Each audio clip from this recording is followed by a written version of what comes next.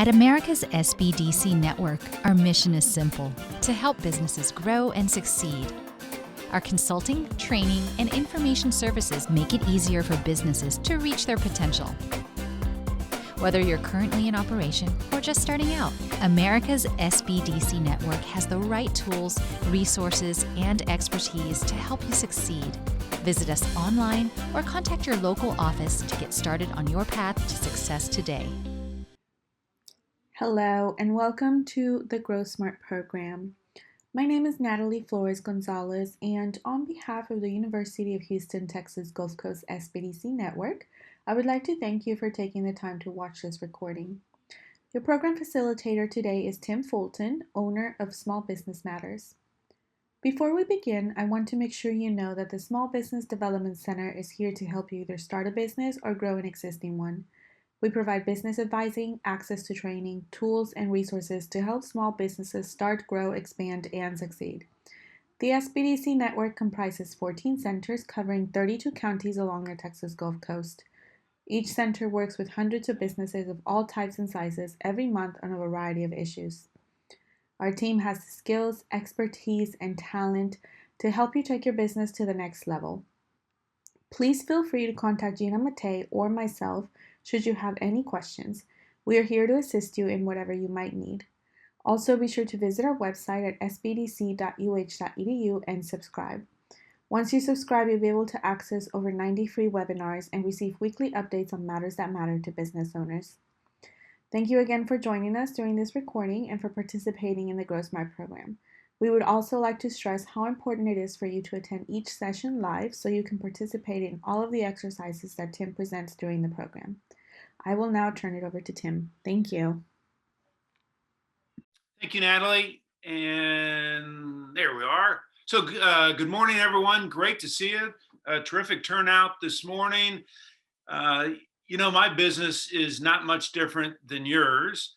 I never know if customers are going to show up a second time. And great to see everybody showed up a second time. And isn't that, we're going to be talking a lot about marketing starting next week. And isn't that what marketing is all about? How do you get a customer who shows up the first time to show up the second time, the third time, the fourth time, essentially client retention? We're going to talk a lot about that starting next week. But today we are we're going to go through the second part of Module 1, which is all about growth and growth strategies. A couple things I want to note before we get started. In your first tab in your participant handbook is a case study. And in that case study, there is a very good example of the one-page business plan that each of you are responsible for writing for your business. And you'll be sharing that one-page business plan with the entire planet. Well, not really. You'll be sharing it just with this group in our last session. So, and I hope you've already started working on that one-page business plan. We covered a number of pieces of that one-page business plan last week: the mission, the vision, your core values. So I hope that you've already begun working on that one-page business plan. And again, you'll be sharing that with the entire group on our final day. And also in that, that first tab, case study, there are some examples of financials. We'll be talking more about financials when we get to Module 4. So I would invite you to spend a little time with that case study and then back into the module that we're in now. I also want to mention that two important parts of this program is, one, you will have the ability to take a behavioral assessment. It's from a company called Best Work Data that I've been working with for over 10 years now. It's similar if you've taken like a Myers-Briggs or a DISC assessment. It's similar to that. I actually like it a little better than either one of those. And it looks at how you think, how you're wired, what drives your behavior, your characteristics, your core traits. And so we'll be sending you the web link to take that assessment over, so you can take it over the next week, if you would.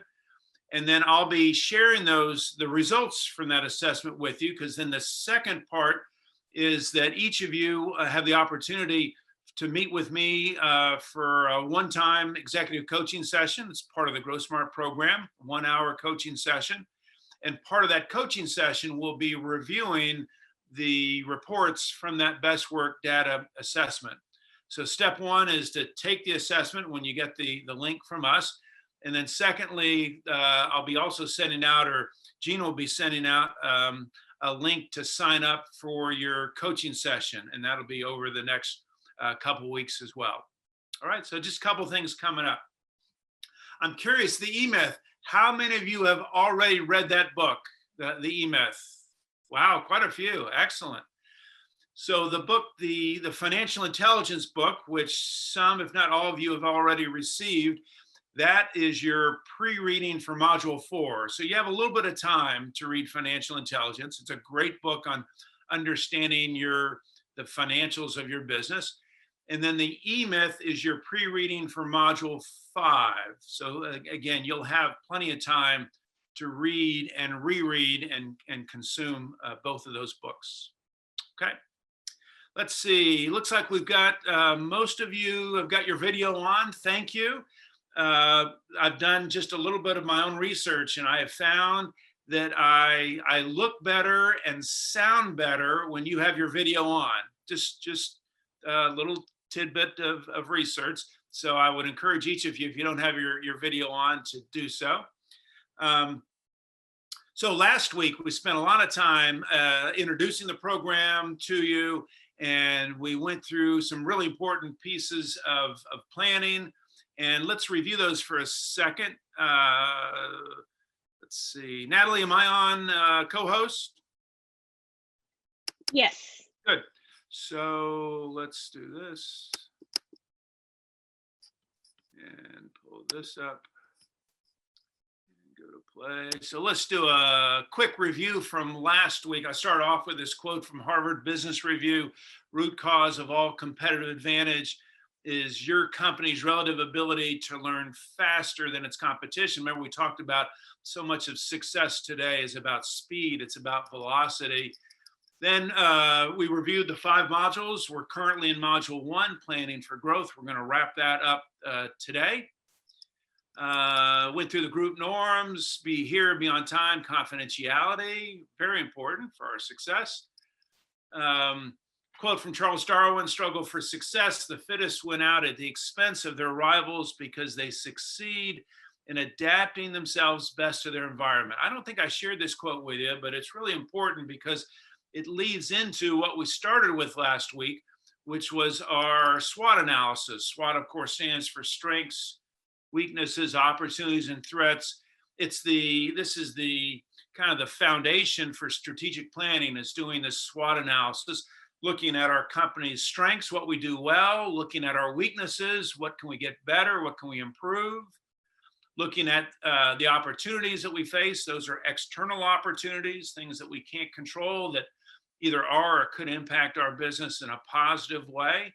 And then also recognizing the threats that our business faces today. Again, external threats, factors that we can't control but could impact our business, like a weak economy, the COVID pandemic, a strong competitor. Those are all examples of external threats. So you had some time last week to work on your SWOT analysis, and part of your homework last week was to continue working on the SWOT analysis. I hope you got some additional input from your team, your employees, maybe your customers, your vendors. The more robust SWOT analysis that you do, the better strategy you'll have for this year. After the SWOT analysis, I then posed what I think is a really important, and for some businesses, a very difficult question: what is the brutal fact of your current reality? What's the one thing that's preventing your business from becoming great? And each of you identified a brutal fact, and you actually had a chance to share a brutal fact with your group. We heard some great examples of brutal facts. And keep in mind, you may recall the quote from Jim Collins: a brutal fact is only truly brutal when we fail to address it, when we fail to do something about it. So again, I hope this past week you gave some additional thought to your company's brutal fact and how you plan to act on that brutal fact. We then went into your company's strategic, what's referred to as your strategic intent, core values, mission, and vision. And this is based on the article that you read as your pre-reading by Jim Collins. And Collins tells us that core values are a handful of guiding principles by which a company navigates. So we defined core values, and then we looked at the criteria for core values: timeless, no external justification, intrinsically valued, got to be authentic, they should inspire us, and a limited number, small number, maybe 5 to 7 core values. Then we talked about how do we determine core values, and I walked you through a couple different exercises in discovery. Remember, the key term there is not we don't develop core values, we discover our core values. She'll walk you through some examples. Your assignment from last week, one of your assignments was to watch the Simon Sinek TED Talk. How many of you had a chance to watch the Sinek TED Talk? Good. Yeah, and you may recall, to me, the most important thing that he says in that TED Talk, and the idea, powerful idea, is that people don't buy what you do, they buy why you do it. They buy your purpose, they buy your mission. Are you aligned? Are you in sync with what they believe in terms of your own company's vision and mission?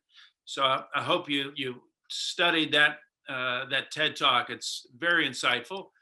Then we looked at the criteria for mission statement, not a goal or strategy, not tied to your product or your market, not tied to revenue or profit, not bound by constraints of time, could serve us for, who knows, 100 years or more. Most importantly, it reflects our reason for being. And I might have shared this statistic that companies that are mission driven, this is based on a study that was done and written up in Harvard Business Review, return on investment almost 3 times higher than companies that are not driven by a purpose or a reason. So not only does it just make sense to have a mission statement, but it drives our results. It drives our return on investment by having a mission statement, a purpose. Some examples of mission statements that we looked at last week. Then we talked about vision. The second component of strategic intent is your vision. You're the picture of success for your business. Some people call it your North Star, right? Where is it that your company is heading? What will success look like when you're done? We talked about vision. Remember this quote from James Newton: in the absence of a clear vision, people tend to recreate their past. Your employees have not given a clear picture of success for your company, they're going to make up their own. And oftentimes it's based on what they have experienced themselves in the past. So that to me, that suggests a really important reason for your company to have a strong vision, a direction. And then the last thing we talked about, and that was the third component of your strategic intent, is your vision. So that's where we left off last week. Today, we're going to pick up, as Natalie suggested, on the page in your book that says Considering Growth. So now we're going to talk about, now we've laid the foundation, right? We've done our SWOT analysis. We've identified brutal fact. We've got our mission, our vision, our core values. Now we're in a great position to begin working on our strategies, our growth strategies. And in doing so, I want to start with this quote again from Jim Collins, who we referenced a number of times last week. He says, in a small business, the most important decisions you make are the things that you decide not to do. Not so much the things you decide to do, but the things that you decide not to do. When Collins looked at the great companies, remember he identified about a dozen great companies, and he was really intent upon finding out, what do these companies have in common, these great companies? And one of the first things he found that they had in common was that they all were really good at saying no. They were all really good at saying no. In fact, he referred to this in the book as they all had great discipline. The discipline to say no, the discipline to say, okay, what is it that we're going to stop doing? To me, that's such an important question. And I encourage my clients, the small business owners that I work with, that whenever there's a meeting of any kind, we should pose this question. What are we prepared to stop doing? What should we stop doing? And I think it's important for a couple different reasons. One is we tend to spend so much time on the opposite. We tend to spend so much time thinking about, well, what should we start doing? Well, we should start this. No, no, no, no. Let's start doing this, versus spending as much time, if not more, on what are we prepared to stop doing? What should we end? What should we put an end to? What should we stop doing? And so I hope that as we're in the beginning of this new year and you're doing your planning, that you consider this question. What are we prepared to stop doing? What are we going to end this year? Okay. So now, as looking at the page in your workbook, you'll say, so again, asking this important question, what's the most recent thing that we have stopped doing? Any examples? Let me pause for a moment. I'd like to hear maybe a couple examples from you all of things that you decided this year, okay, we're going to stop doing. Any examples? Oh yeah, I got one. Yeah, go ahead, Rick. I'm going to stop giving away 5 free services with a bicycle purchase. And what led you to that decision? Realizing that is not common industry practice, or even close. I was under the assumption that most bike shops gave a lifetime of free work on the bike or something to that effect, and just kind of peeking around other people's policy sites and stuff, and doing my own incognito calling and whatnot. I'm finding out that is not really true. If they say lifetime, they pretty much mean lifetime. You can bring it in. Well, but we're not doing the full service like I had been under the impression 5 times for free. Any other examples of something that you've decided for your business we're going to stop doing? We're just going to stop doing that. So this Stop is Julie. attending so many conferences. This is Eleanor. Yeah, So- Eleanor, go ahead. Yeah, just stop attending so many conferences. So, because I used to attend a gazillion conferences and webinars. So reducing that number. So Eleanor, being more strategic about your time. Yep. Sounds like. Yeah. Yeah, that's good. Very good. How about one more? Something else. Someone's decided this year we're going to stop doing blank. This is Julie. I will say that we are going to stop automatically offering 2 scholarships for treatment services per month, because when they're automatic, we can always find someone to give away free services to without really finding out if they have any means to pay for the services. So it became just a thing like, oh, we have a scholarship, let's give it, without even realizing that they were rolling up in a Bentley. So that's not good, not good business strategy. And removing the piece of approving full scholarships from mid-level, we took it up a step for those approvals because we saw from a revenue standpoint, it really wasn't helping us. And we weren't necessarily helping the right people either. And then just a fun little thing that we did, we decided that we were going to stop making Fridays just casual Friday. On Fridays, everybody could wear jeans. And so we decided we were going to stop that and allow people to wear jeans every day of the week, because it really doesn't matter if they're paired with a nice shirt, then and it helps cut down on dry cleaning bills and helping people that are maybe struggling as a result of their partner or husband or wife being out of work related to COVID and stuff. So those are just 2 fun things we stopped. Great examples. So great companies are disciplined in that for everything they say yes to, they're also willing to say no to something else, some balance between saying yes and saying no. So now I want us to think a little bit about growth and company growth. And let's see, I need a volunteer. Hey, Mike, would you like to be my volunteer here for a moment? Yeah, go ahead. Okay, so Mike's business has secured a very successful consulting company. That's us, the rest of us, to come into his company on a Monday morning and help him decide whether his company is ready for growth this year. Are they prepared for growth this year? So we're a team, And we've all walked into Mike's business on a Monday morning. And again, we're charged with looking at everything in his business to try to decide whether Mike's company is ready and capable of growth in 2021. So here's what I'd like for each of you to think about. As we're walking around his business and we're talking to people and we're looking at reports, we're studying everything in his business, what is it that we might see that would cause us to think that Mike's business is not ready for growth?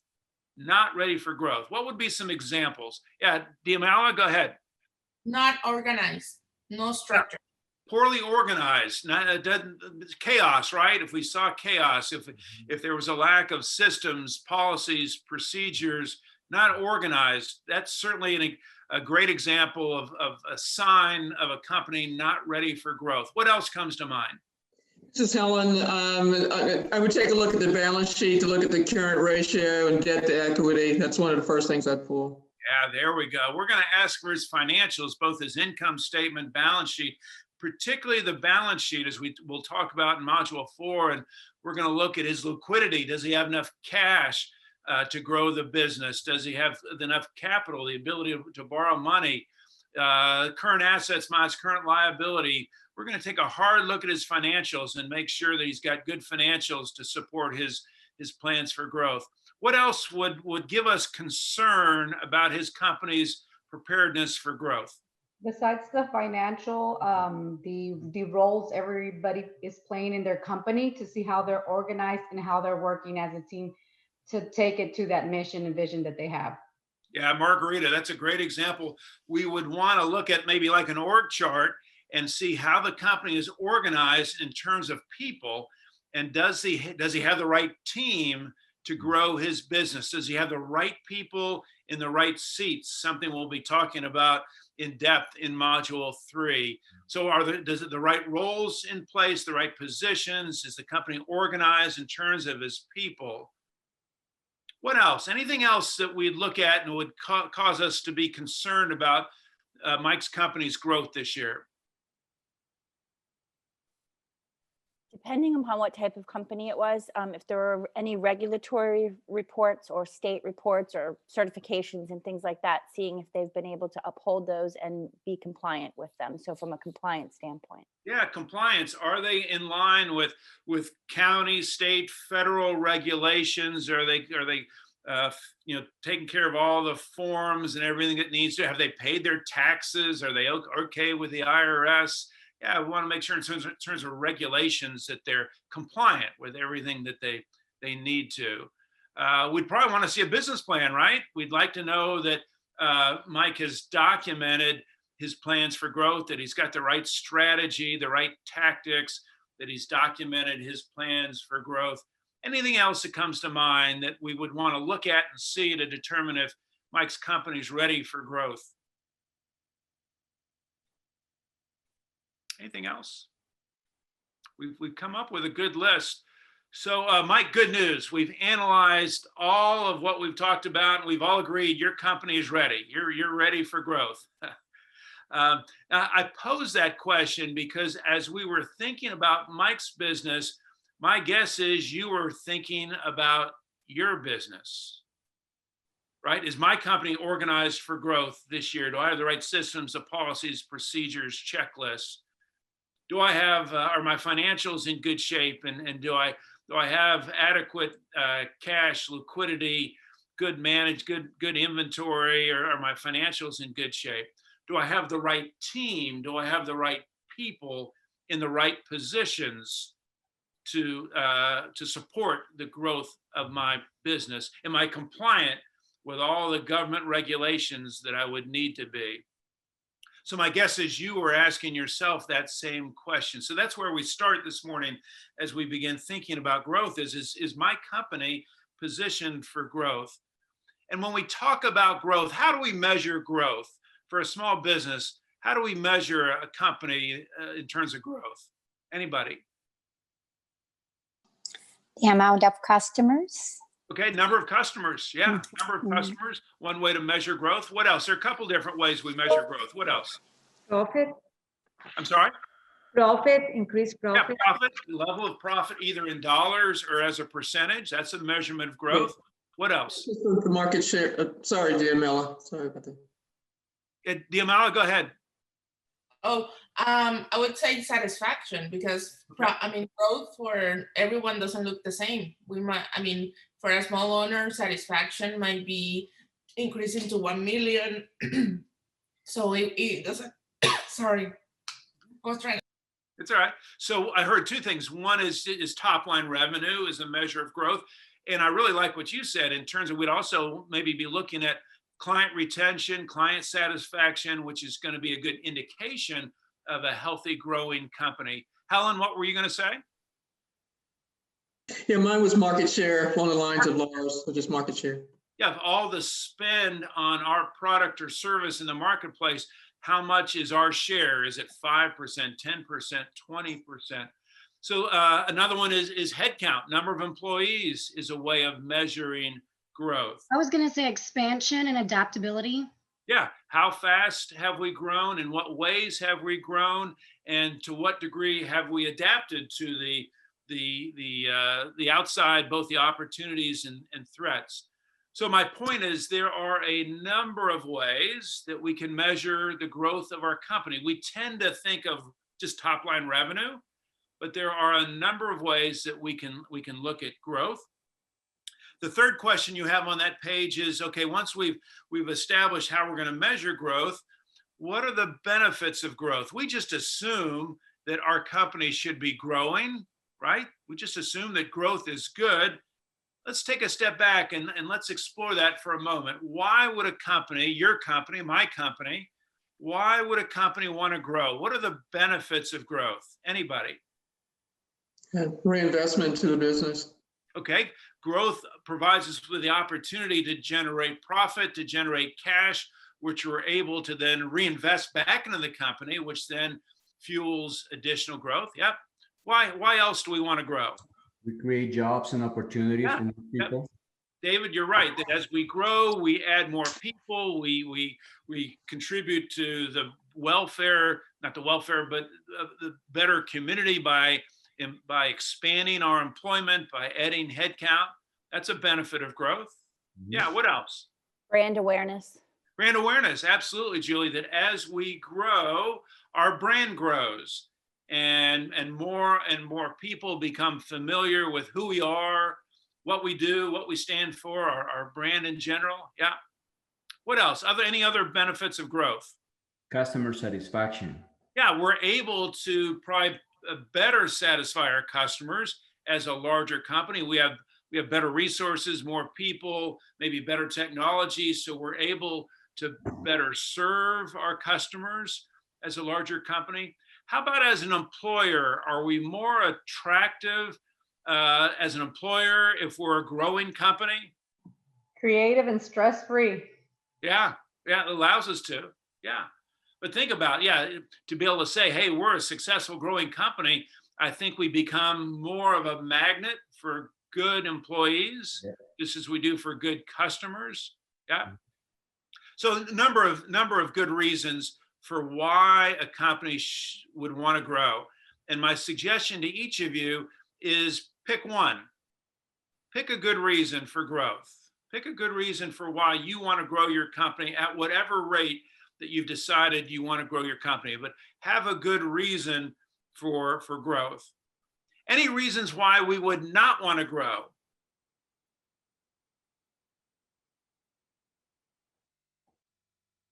Any reasons for saying, you know what? For it yet. I'm sorry, Rick? Too small, not ready for it yet. Yeah, we may not be ready for growth. Yeah, we may not be at the right place for growth. There's an interesting book. It's called Small Giants. I can't remember if it's on the book list or not in your handout. The book is all about companies that decided that they did not want to get any larger. And the term that was used to describe these companies it's called Small Giants. Helen, I see that you've read it. It was really, I remember reading the book, it was probably 10 years ago, but really interesting that each of these companies they profiled were very intentional about not getting larger, They only wanted to get better. And that's an interesting thought to me, that putting better before larger, that we just want to be a great small company. That was their mindset. Not interested in getting any bigger. We just want to get better. And so I share that because sometimes we just assume that we have to get bigger to get better, but that's not always the case. Something else to think about, anyone familiar with, it's called the growth paradox? Growth paradox, it's been studied. The basis of the growth paradox is we tend to assume that as a company gets larger, that it gets easier to manage. I know I used to think that if I can only get this company, from 1 million to 2 or 2 to 5, boy, my life has got to get easier. This company has to get easier to manage. And the growth paradox is the science that when they've researched this, what they have found is that that's a false assumption. That's a false assumption that your company will not necessarily get any easier as it gets larger. In fact, sometimes it's the exact opposite. It actually gets more difficult as the company gets larger. And the simplest, the easiest way to understand this is in terms of communication. So Jason, if you and I are the only employees in our company, Jason, it's just you and I, how many lines of communication are there? 2 plus any external. Yeah, but just for you and I, there's two lines of communication, right? Me to him, him to Jason, back to me, 2 lines of communication. But now we add Julie to our company. Now we have 3 employees. How many lines of communication do we have now? Julie, how many lines of communication now? 6 lines of communication. Remember, each direction is a line of communication. So now 3 employees, we have 6. Oh boy, our business just got a little more complicated, didn't it? And now we add Margarita. Margarita is our 4th employee. Margarita, how many lines of communication do we have now? 12, yeah. You see what's going on here. With every employee, we double the lines of communication. Is our business getting more complicated or less complicated as we grow? It's inherently getting more complicated as we grow. So businesses, the growth paradox is businesses do not get any easier to manage as you get larger, as much as we would like that to be, the case. So if you turn to the next page in your handout. What page are we on? This is page 20 in module 2. And on the top, it says 4 ways to grow a business. So in the simplest terms, if we're thinking about growing our business, there are 4 ways to go about that. The first way is the fix. We're going to fix our business. And that could be, we're going to get better. We're going to get faster. We're going to get cheaper, whatever it might be. We're going to fix our business. We're going to fix whatever's broken. That's one way to grow a business, is to fix it. Kind of like fixing a car, but in this case, we're going to fix our business. The second way to grow a business is through innovation, coming up with different ways of operating our business, different products, different markets, different ways of producing. We're going to innovate our business, new and different ways of operating. Sorry, what page is it on the PDF? Because this module 2 stuff I can't find. Natalie, help me out. What page are we on the PDF, if you're there? Tim began on page 42 of the PDF. It's the one that says consider growth when is a company not ready for growth. That's the first page that Tim began on. And then the one after that says calculate your sustainable growth rate. What page is it? No, we're not. We're on the one before that. We're on a page that says 4 ways to grow a business. I don't see that page, and I'm looking at this document here. Yeah, Tim, our packet doesn't have that page. I'm sorry. I'm very sorry. So I'm sorry. We'll find a little space on one of the pages, and you can jot these down. We'll make sure we add that. 4 ways to grow your business. Number 1 way is to fix the business. The second way is to innovate the business. The third way to grow your business is through what we call scaling the business. Scaling means building additional capacity for growth. It could be adding employees, adding space, adding more equipment, but scaling your business, adding capacity.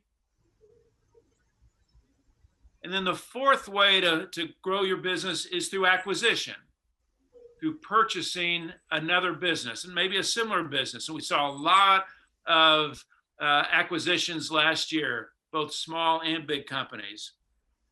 Now, these are not mutually exclusive, meaning you can pursue more than one of these. You could try to fix your business and try to scale it. You could try to innovate it and do an acquisition.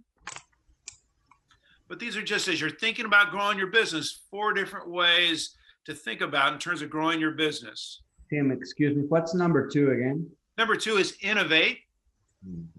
So fix, innovate, scale, and acquire.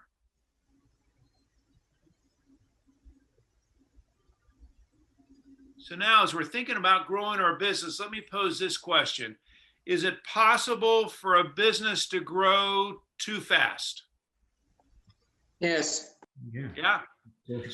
So I remember thinking about this a number of years ago when I saw a statistic from the United Nations, And what they found is that globally, more people on this planet die from indigestion than starvation. Think about that for just a moment. More people die on this planet from eating too much than from eating too little. And I remember when I saw that statistic, I thought, well, one, that's interesting. And then secondly, I thought that's what happens to small businesses. I think more small businesses die, go out of business, go bankrupt from growing too fast than from not growing fast enough.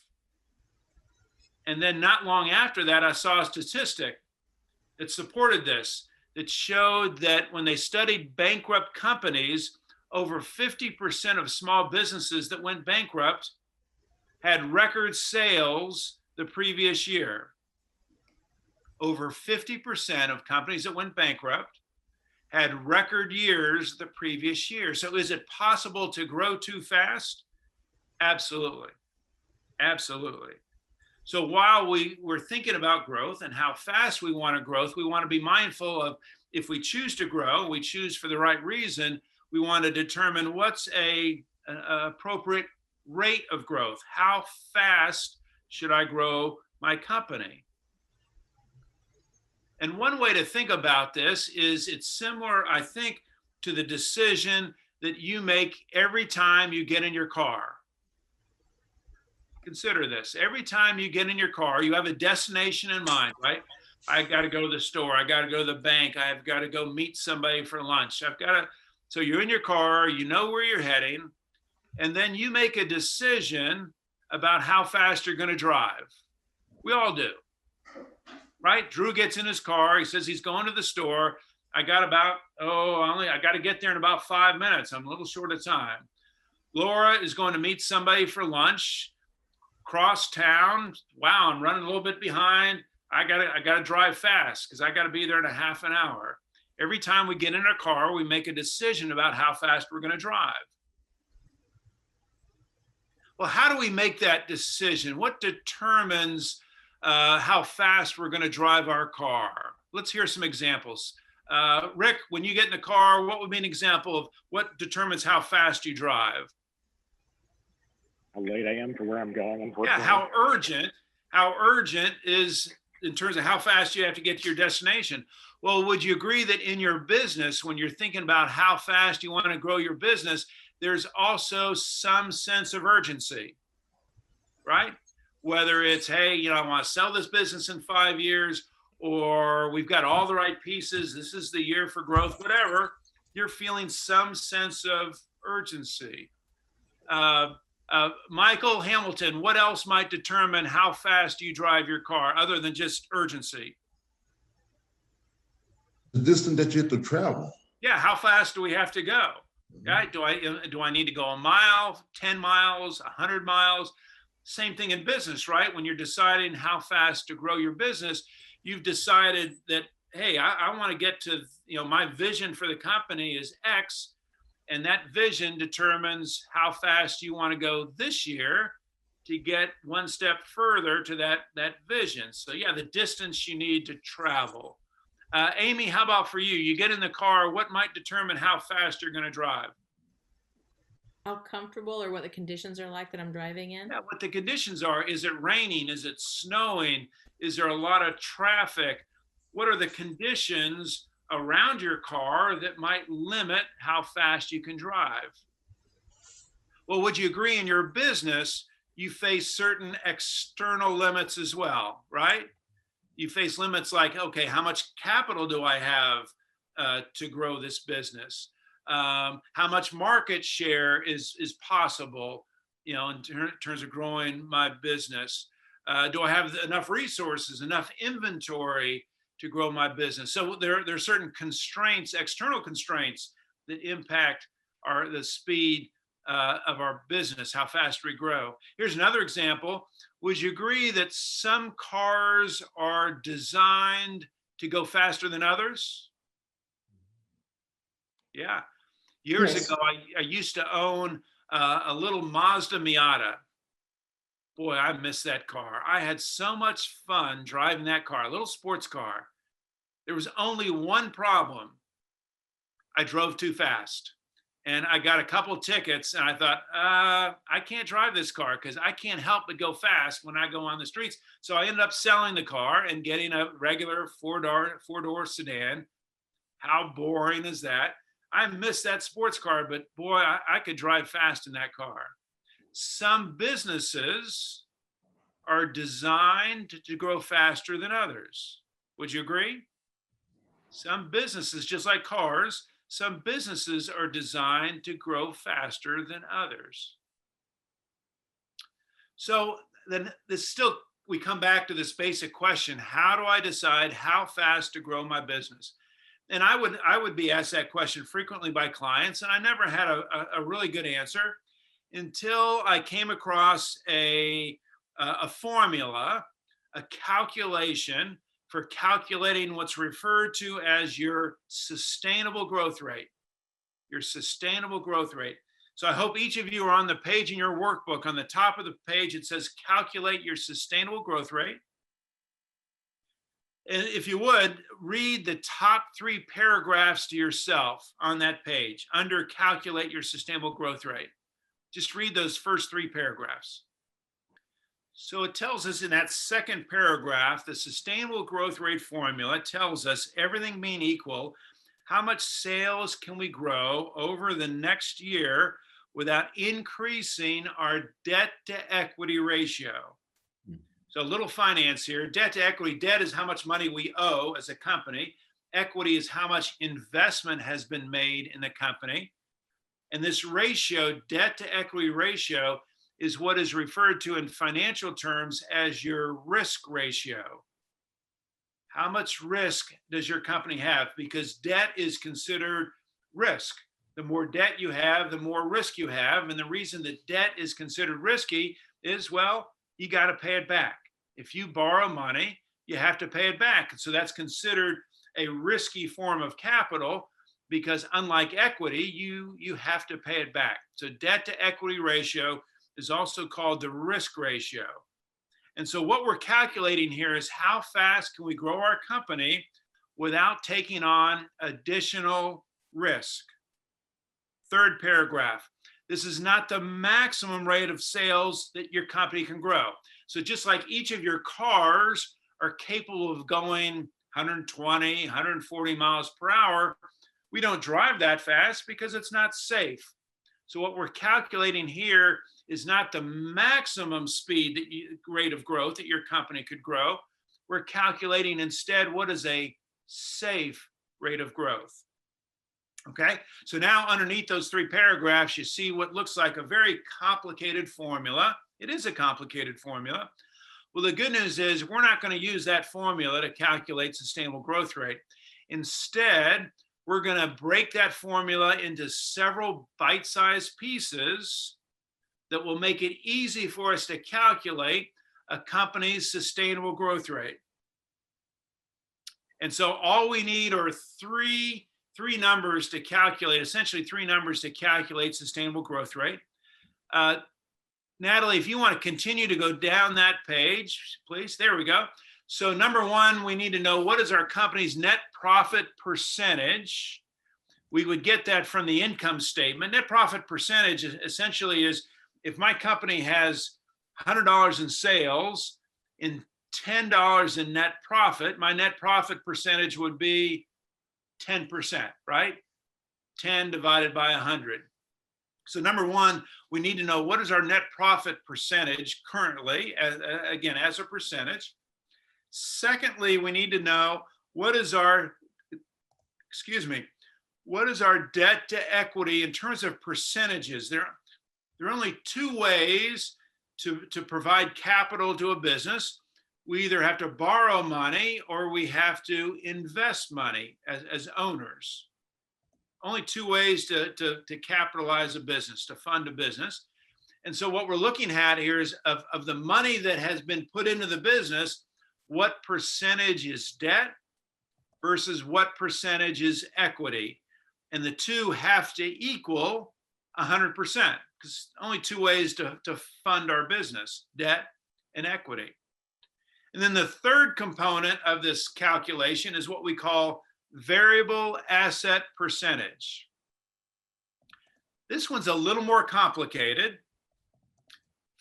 On our balance sheet, as you look at your company's balance sheet, as you look at the assets on the balance sheet, some of those assets are what are considered variable assets. Now, your assets are stuff like cash, inventory, accounts receivable, equipment, furniture, real estate. Those are all assets. We'd find those on the balance sheet. Some of those assets are considered variable.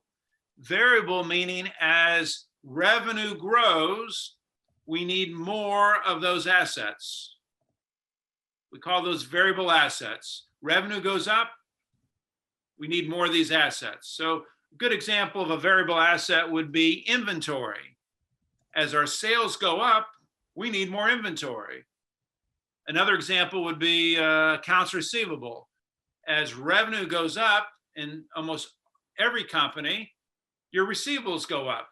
More people owe us money as sales go up. Variable asset, okay? So every company has variable assets. We also have what are called non-variable assets. Non-variable assets are assets that do not grow as a company's revenues grow. Do not grow. And so the best example I can give you of a non-variable asset would be a copier machine. How many of your companies have at least one copier machine? Yeah. Now, if your company were to grow 10% next year, would you need 10% more copiers? No. If your company were to double in size, my guess is you would still only need 1 copier. So a copier is an example of a piece of equipment that is considered a non-variable asset. As our sales grow, we don't need more copiers in most cases, okay? Non-variable asset. All right, so we understand net profit, we understand debt versus equity, we understand variable asset percentage. And I should, in terms of variable asset percentage, for most companies, it's a high percentage. 80, 90% of our assets tend to be variable assets. Very common. Okay, so now we have all the information that we need to calculate our sustainable growth rate. I'm going to walk you through 3 different examples of calculating sustainable growth rate. 3 different examples. And my interest here is twofold. Number 1, I want you to understand the math. I want you to understand the calculation, because when we finish today, my hope is that you will go back to your company and calculate your sustainable growth rate. And you got to understand the math to be able to do that. So number 1, I want you to understand the math. Secondly, and maybe more importantly, I want you to understand what this number is telling us. I want this to be intuitive in terms of what determines how fast you can grow your company? Because that's the big question. How fast can I grow my company safely? I want you to understand that. All right, so Natalie, let's go down a little further here as everybody's following along. So we're going to do scenario A, scenario B, scenario C. Okay. And yes, John, variable asset percentage plus non-variable asset percentage equals 100%. Yep, thank you. So for scenario A, you can fill this in as we go on your piece of paper. Scenario A, we're gonna assume that we have 10% net profit. So where it says net profit percentage, put 10%. Natalie, go up just a second here. So under net profit percentage, put 10% for scenario A. Also under scenario for debt, put 50%, and for equity, put 50%. So 50% debt, 50% equity. Half of our money that we have, we borrowed, half of our money was invested. And for variable asset percent, we're going to use 90%. 90% of our assets are variable. 10% net profit, 50% debt, 50% equity, 90% variable asset percentage. So now we have all the information we need to calculate our sustainable growth rate. And again, all we're doing is taking that complicated formula on the top of your page and breaking it into small pieces. So step number one is to divide B by C. Well, B is our debt, that's 50%. C is our equity, that's 50%. So 50 divided by 50 equals 1. So write down 1 under scenario A, step number 1 equals 1. I told you this would be simple. Step number 2, we're going to add 1. 1 plus 1 equals, David, how much? 2. 2, very nice. Step number 2 equals 2. Step number 3, we're going to multiply step number 2 times A. A is 10%. 2 times 10% equals 20%. 20%. So step 3 is 20%. All we're doing again is taking that formula on the top of the page and breaking it into small bite-sized pieces. Step number 4, we're going to take D, which is 90%, minus step 3, which was 20%. 90% minus 20% equals 70%. So step 4, you should get 70%. Step 4 is 90% minus 20%, 70%. And then finally, step. What is NPM percentage in the formula? Net profit margin. Thank you for asking. Net profit margin. Same thing as net profit percentage. So then step 5 is we're going to take step 3, which we said was 0.2, divided by step 4, which we said was 0.7, or 20% divided by 70. And I'll give you the answer. The answer is 28%. 28%. That's our sustainable growth rate for scenario A. So what is that telling us? That's telling us that if this were our company, over the next 12 months, we could safely grow our revenue 28% versus last year. Now, when I do this calculation, I know this is not an exact science. So rather than use 28%, I would use a range. I would say, okay, I could grow my business safely 25 to 30% next year. A range, 25 to 30%. Safe range for growth for next year. Now, could I grow my business, Amy, could I grow my business 50% next year if I wanted to? Yes. Yeah, it'd be like getting on I-10 in Houston and driving speed limit is 65 and you're going 80. You can go 80 miles an hour. We know it's not a safe speed, but you can go 80 miles an hour. The safe speed would be 55 or 65, whatever the speed limit is. So think of this speed, think of this sustainable growth rate is like the speed limit on the interstate. It's a safe rate of growth, okay?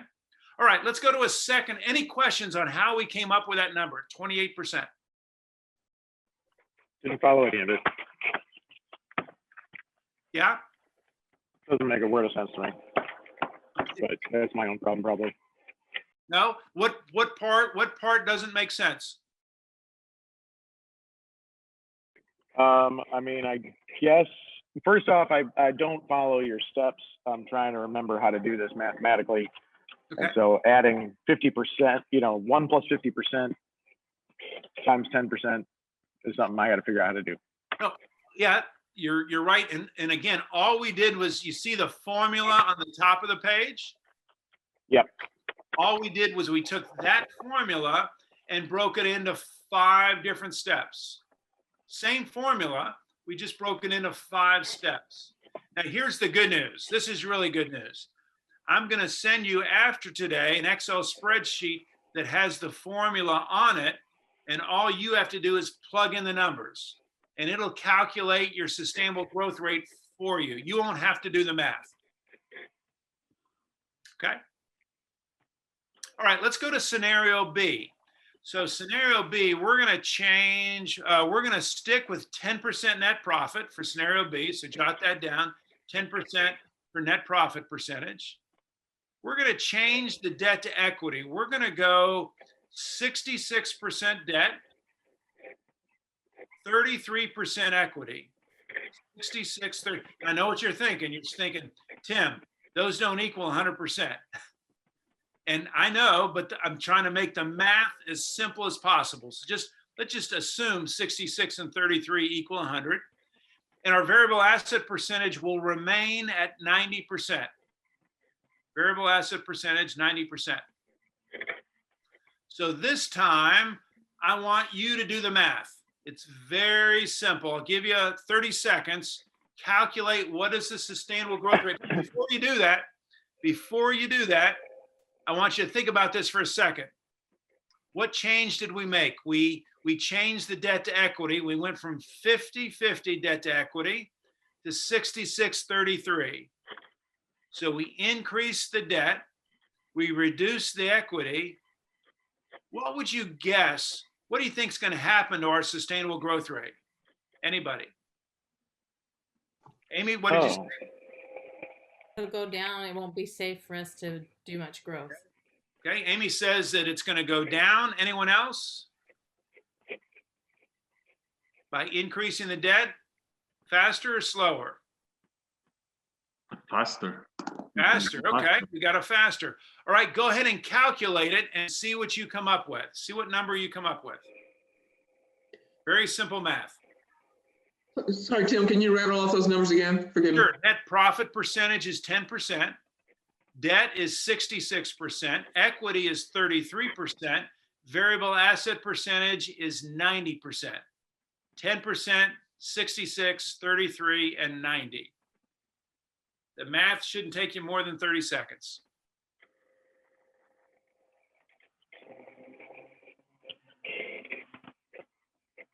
First one to get it, if you put it in the chat, let us know what you get.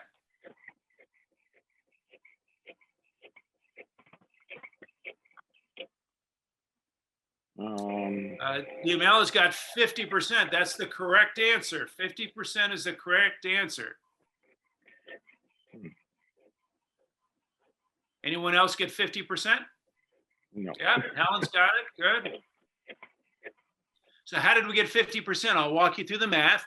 B divided by C, 66 divided by 33 is 2. 2 plus 1 equals 3. 3 times. Wait, B, I'll start over. B divided by C, 66 divided by 33 is 2, or 66% divided by 33% is 2. 2 plus 1 equals 3. 3 times 0.1 is 0.3. 0.9 or 90% minus 30% is 60%. And then finally, step 5, 30% divided by 60% equals 50%. Your answer should be 50%. So by taking on more debt and less equity, we're able to grow our company faster by taking on more risk. Think about it. If you're on the interstate and all of a sudden you feel like, hey, I think I can take on more risk. Are you going to drive faster or slower? You're going to drive faster. Same thing in your business. By taking on more risk, you're able to grow the company faster. Now, I'm not suggesting you take on more debt. I'm just suggesting that if you're willing to take on more debt, theoretically, you're able to grow your company faster. Okay? That's scenario B. Let's do one more example. Let's do scenario C. Now we're going to change the net profit percentage. Let's use 20% net profit. So A is going to be 20% for scenario C. We're going to go back to 50% debt and 50% equity. B is 50%, C is 50. And we're going to stay at 90% variable asset percent. So D will be 90%. Net profit is 20%, debt is 50, equity is 50, variable asset percent 90%. So before you calculate this, what have we done? We doubled our net profit percentage. We're thinking we're going to be twice as profitable. Is that going to allow us to grow faster or slower? Anybody? If we're able to double our profit, are we going to grow faster or slower? Faster. Faster, you're right. That's correct. Why faster? It's some form of self-financing the growth. Exactly. More profit means more cash. More cash means we can grow the company faster. All right, so do the calculation, run the math, and then if you would chat, let me know what your answer is. See what were those numbers again? 20% net profit, 50% debt, 50% equity, 10% variable asset percentage. Diamala has come up with a correct answer. See if you get the same answer. Amy got the right answer. Very nice. Drew got the right answer. Beautiful. You should get 80%, right? B divided by C is 1. 1 plus 1 equals 2. 2 times 0.2 is 0.4. 0.9 minus 0.4 is 0.5. That's step 4. And then step 5, 40% divided by 50% equals 80%. So just as we thought, if we're able to double our profitability, we're able to grow our business much faster. We don't have to, but we're able to grow our business much faster. So what we've identified here are the 3 drivers of growth, the 3 factors that determine how fast we can grow our business. The first driver is profitability. The more profitable we are, the faster we can grow our business. The second determinant of growth and growth rate is our balance sheet, how much debt we have versus equity. And the third determinant of our business growth is what percentage of our assets on our balance sheet are variable versus non-variable. So let me ask you a question here. Luis, are you there? Would you actually repeat that, please? Sure. So the 3 drivers, the 3 things that determine how fast we can grow our business is number 1, how profitable are we, our net profit percentage. Secondly, is how we are financing our business, debt versus equity, and more debt allows us to grow the company faster versus equity. And the third determinant of how fast we grow our business is the relationship on our balance sheet of variable assets to non-variable assets. So Luis, I'm back to you. We didn't do an example around variable assets, but if instead of 90%, if our variable asset percentage was 95%, what impact would that have on our growth? If variable asset percentage goes up, what happens to our growth rate? It goes down. Variable Very nice. are an anchor. Real Yeah. assets are an anchor. Yeah. Our variable asset, if our variable asset percentage goes up, our growth rate would go down. And the reason for that is if right now for every dollar of growth, we need 90 cents of assets, if that changes to 95, that means that we have to invest more of our money in assets as we grow. And that more becomes a drag on our growth rate. It prevents us from growing faster. And you can work the math to see how that works, but just understand there's an inverse relationship between our sustainable growth rate and our variable asset percentage. I'm sorry, can you please repeat those numbers again? Because I don't understand a word you've said. For this last scenario, Sure, we have sure. 20%, 50%, 50%, and 10%? That's correct. That's correct.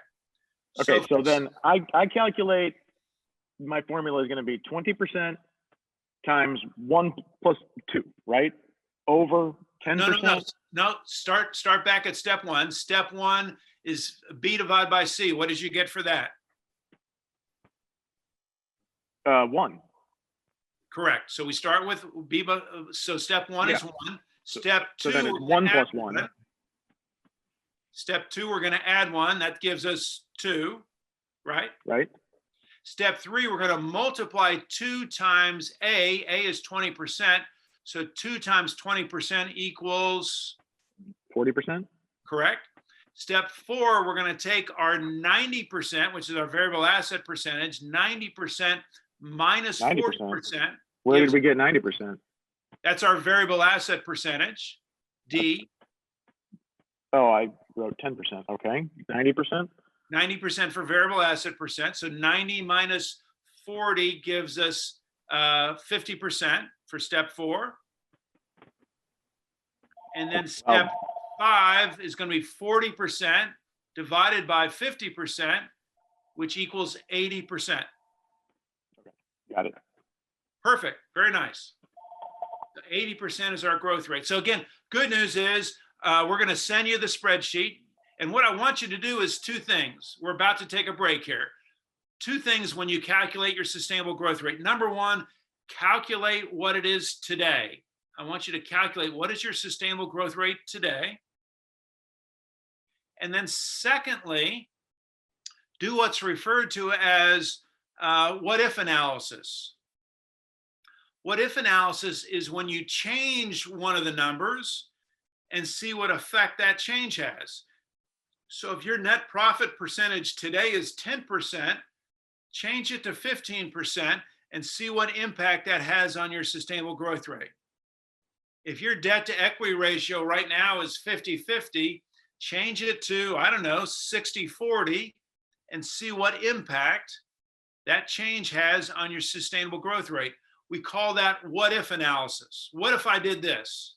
What if I did this? I also want you to understand that just about every strategic decision you make, and you're making strategic decisions every day, every strategic decision you make impacts your sustainable growth rate. So if you make a new hire, that impacts your sustainable growth rate. If you buy a new piece of equipment, that impacts your sustainable growth rate. If you borrow money from the bank, that impacts your sustainable growth rate. Every strategic decision you make impacts your sustainable growth rate. And so what I want you to be thinking intuitively as you're making these decisions every day is what impact is this decision going to have on my company's growth rate? I want you to understand how your decisions impact your ability to grow your company.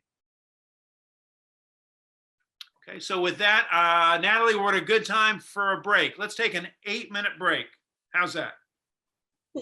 Tim, just a quick question. Yes.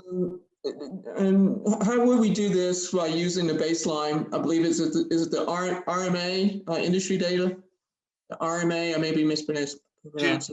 To get, what would you use the RMA for? Understand the sustainable growth rate. You know, how are we growing in comparison to the industry? I mean, based on the industry. RMA, you'd be able to get what Helen would asked is how would we be able to compare our growth rate to that of the industry. And one, you could, RMA is a database that has ratios for every industry. You could also, if you belong to an industry group, you could maybe access that industry association to see what the growth rate is within your industry. I will also, if possible, when I meet with you for our one-to-one meetings, I have access to a database that does industry reports that I use to do research for companies. And those industry reports have growth rates for those industries as well. So I'll be able to help you with that as well. All right, we're on an 8-minute break. When we come back, we're going to talk more about growth strategies and how we come up with our specific growth strategies. All right, 8 minutes. All right, welcome back. Welcome back. So we've talked about growth, how to determine the safe rate of growth. We talked about the benefits of growth. We talked about why some companies choose not to grow. Now I want to shift gears and turn to the next page, or maybe 2 pages in your workbook. On the top, it says business life cycle. Business life cycle. There we go. So as companies grow, every business goes through a business life cycle. And you may have seen this diagram before as it's applied to other things in terms of lifetime. So how do we get started? Business starts off as a startup business. You all remember those painful days of being a brand new business. And then at some point, we move out of being a startup and become a growth business. We begin to experience growth in terms of revenue, customers, employees. We're in growth mode. And then at some point, most businesses find that the growth stalls and we reach a maturity stage where we're not getting smaller, but we're not getting any larger. We're just kind of staying where we are in terms of revenue, mature business. And then some businesses find themselves at some point in the decline stage. This past year, certainly with the pandemic and the recession, more companies than we've seen before found themselves in decline, if not in failure. So one thing to think about as you look at this business life cycle is, what is the mindset of the business owner as he or she goes through each of these different stages? Let's think about that for a moment. So let's start with the startup business. If I am just launching a brand new business, what is the most important thing for me as the owner of that business? What do I need more than anything else as a startup business? Anybody? Guts. Guts, yeah. Courage, yeah. Orders. Orders, yeah, I need customers and I need orders. So more important than anything else as a startup is I need a customer, and then I need a second customer and a third customer. I need those customers to place orders. So as a startup business, it's all about getting revenue. It's all about getting customers. So now I shift to the growth stage. My company's now a growth business. And I find it's really interesting as I've worked with lots of growth businesses that somewhere maybe midway in that growth stage of the life cycle, it's like a light bulb goes off, because up to this point, it's been sales, sales, sales. I need more sales. I need more customers. I need more sales. At some point, there's a shift. There's a shift in the mindset of the business owner from sales to what? What do I now need more than just sales? You need to Planning and direction. Oh. I'm sorry? One more time? Market share. Market share, yeah. I want more market share. Yep. What else though? Even more important. You need to fulfill those orders. I need to fulfill the orders. Okay. When you need processes and procedures. But something else, even more important, hard to imagine. Direction. Sales. I need profits. Profit. It sounds like a simple thing. profit. But for many businesses, when they first get started and they're in growth mode, they're not thinking profit. They're thinking revenue. And at some point, there's like a light goes off. It's, gee, we need profit. This revenue is great, but we need profit. We need profit margin, need gross profit margin. We need net profit, operating profit. There's a shift in mindset from sales to profit.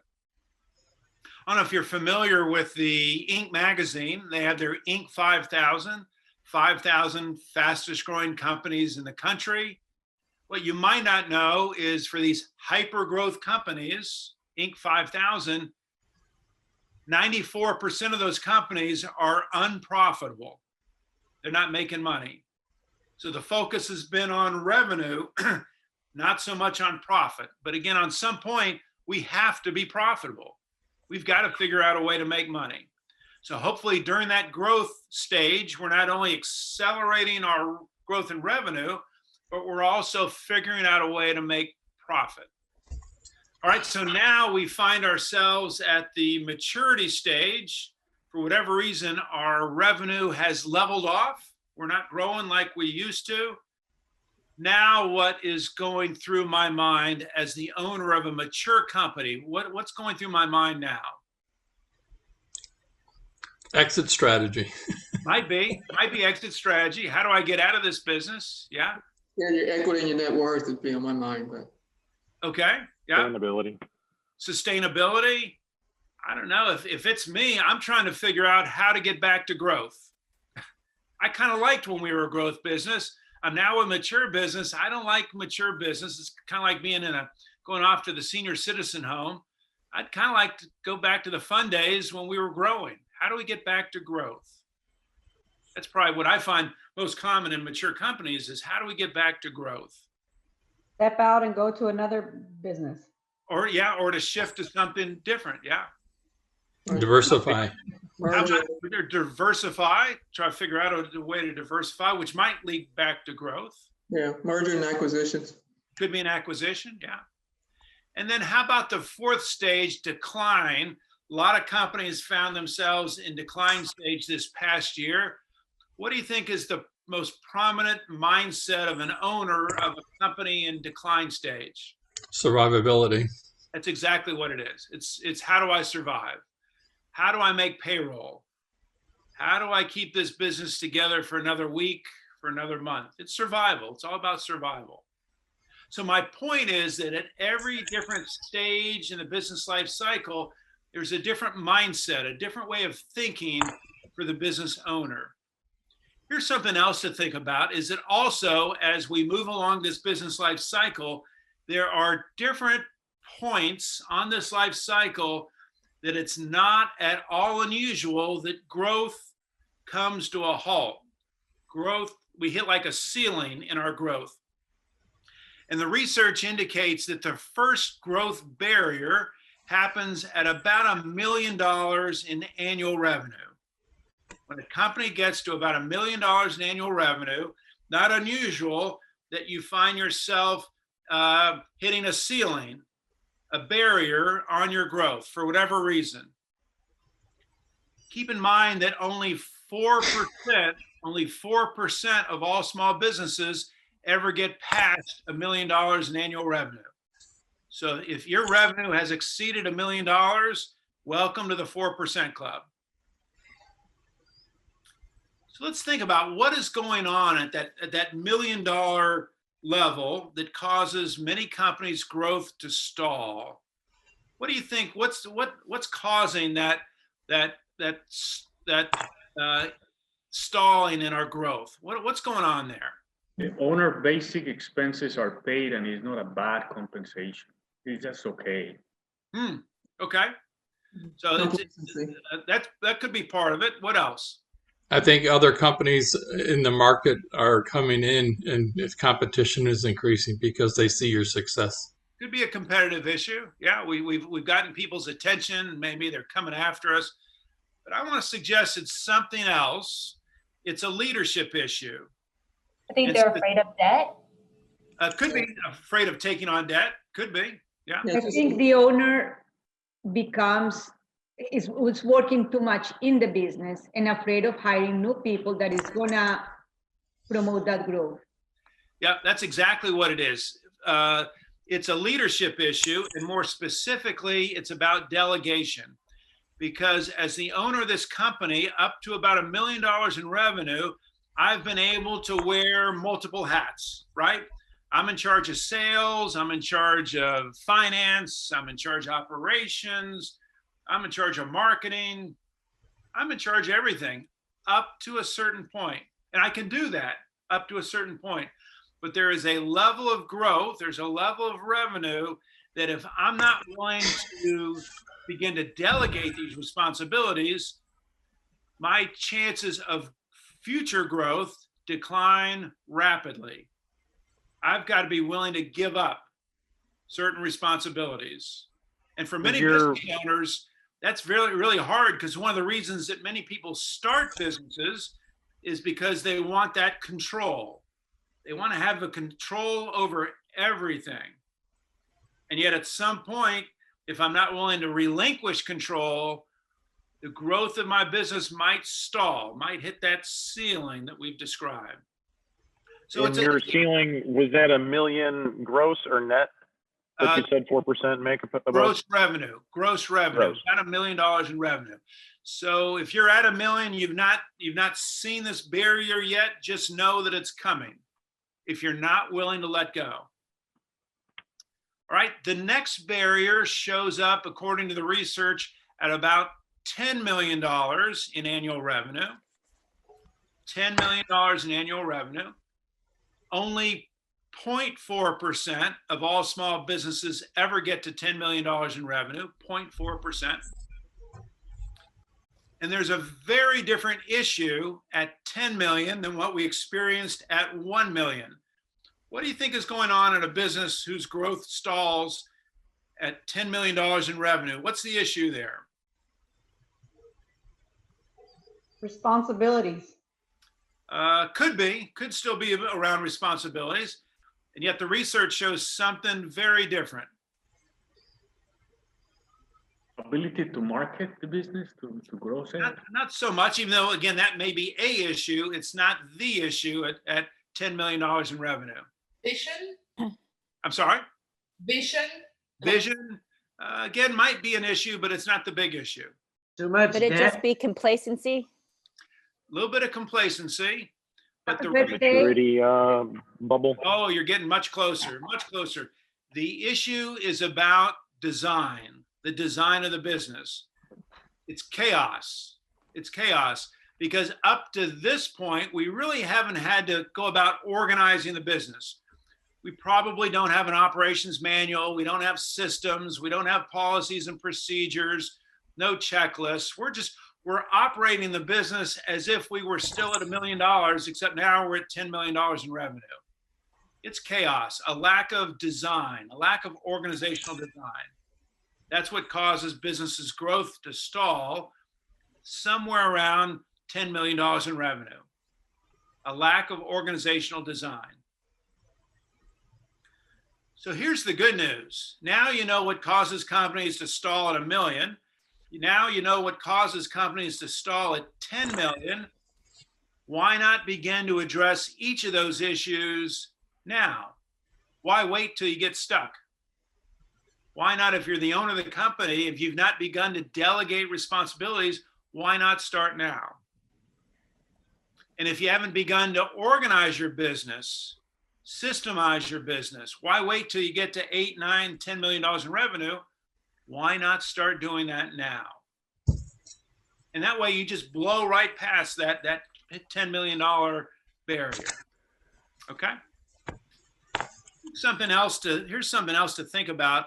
Going back to the decline stage, there's been a lot of research on companies that go into decline, and why is it that some companies are able to survive and many aren't?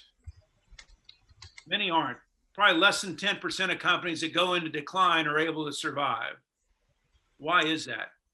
Well, there was a very good book written a number of years ago. The name of the book is called Bounce, B-O-U-N-C-E, Bounce. I think the author is Keith McFarland, I think. he studied these companies that went into decline to try to figure out why some of these companies survive and even are successful, and that many don't. And here's what he found. First of all, he said he determined that companies are designed in different ways. And he recognized 3 different ways that companies are organized. He said, you have, and some of you may have heard this before, we have Christmas ornaments, oranges, and Super Bowls. Every company is organized in one of 3 ways. You're either a Christmas ornament, an orange, or a Super Bowl. What in the heck is he talking about? Let's think about it.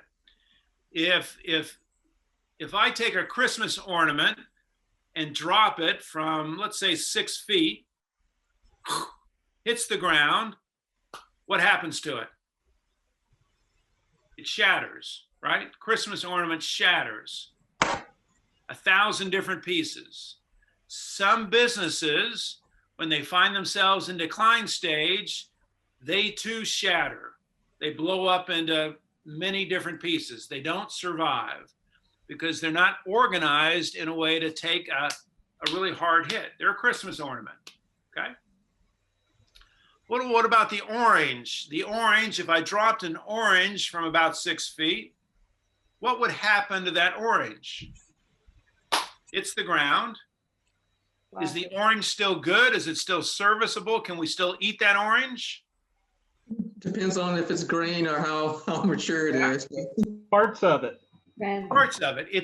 Parts of it are still okay. Parts of it are still serviceable. The orange is still an orange, except now it's kind of bruised, right? It's not like it was before. Some companies, when they hit get hit hard, right? Like we did last year, hard hit. Some companies are able to survive. They're not like they were before COVID. They're not like they were before the recession, but they're able to survive. They're hanging in there. Maybe it's because they got the PPP loan or they got the EIDL loan or they're just hanging in there. Some people refer to these companies as zombie companies. You may have heard that term, a zombie company. I mean, they're like a zombie. They're just existing. They're just hanging in there. We've got a lot of zombie companies in our economy right now, just hanging in there.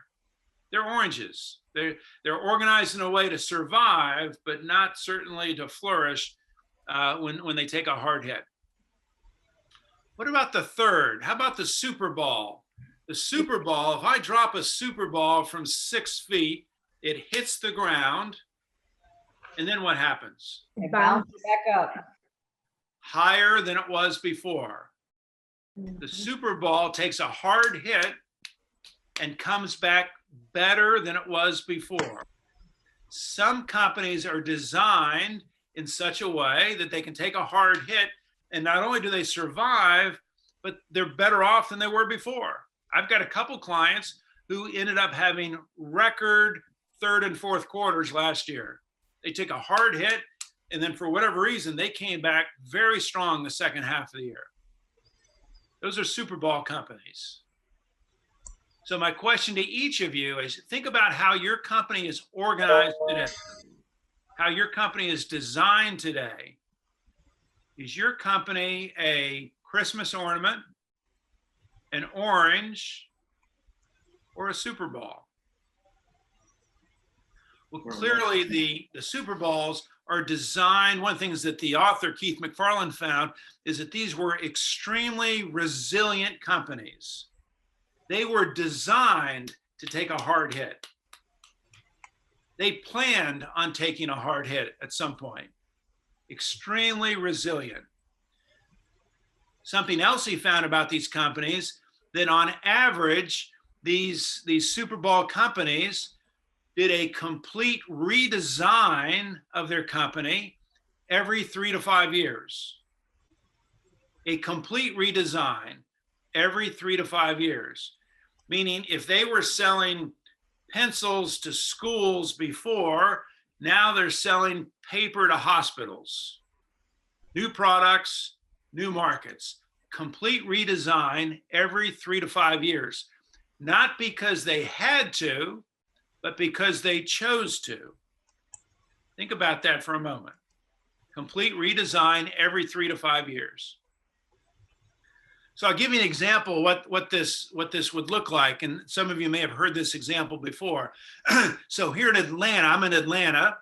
My favorite convenience/gas store is called Quick Trip. Quick Trip. Really good experience, high-tech gas convenience store. Quick Trip. And I go there all the time, get a newspaper, get gas, buy a Coke, iced tea, whatever. Quick Trip. So I noticed one day driving around Atlanta, I drove by a strip shopping center, and in this strip shopping center was a Quick Trip. But what was unusual is there was no gas pumps. Now the typical Quick Trip, there are like 20 gas pumps. It's a mega gas station. But this new Quick Trip had no gas pumps. I remember thinking, wow, that's unusual. No gas. Why would they do that? Right in the middle of a strip shopping center. And so not long after that, there was an article in our local paper, the Atlanta Journal-Constitution, about Quick Trip. And they made note of the fact that they were experimenting with new stores without gas. And they interviewed like a senior vice president for Quick Trip, and they posed the question, why would you open up a gas station with no gas? And his answer was very interesting.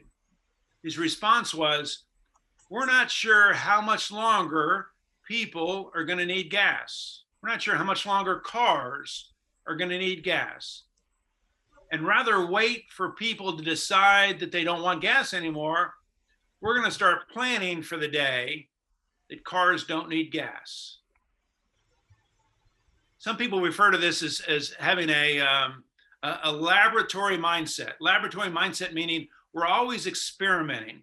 And that's what the author found in this book, Balance, is that owners of companies, the Super Bowl companies, are always experimenting, trying out different things.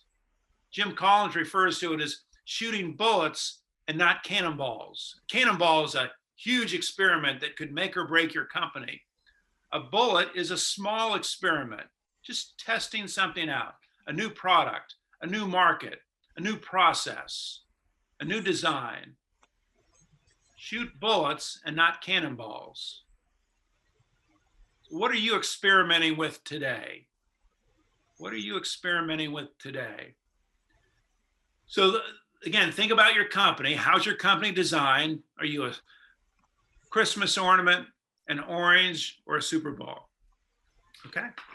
Let's now turn to the next page.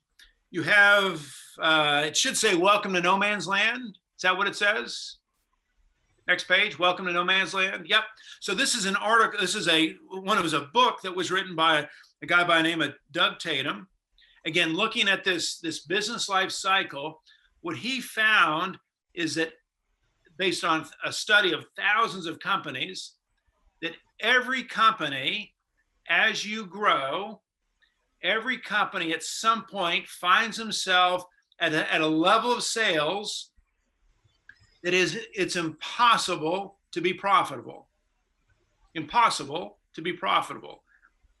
And he refers to this area on the growth, on the life cycle, as no man's land, meaning you don't want to spend much time there as a business, because while your revenue has grown, it's impossible to make money at that level of revenue.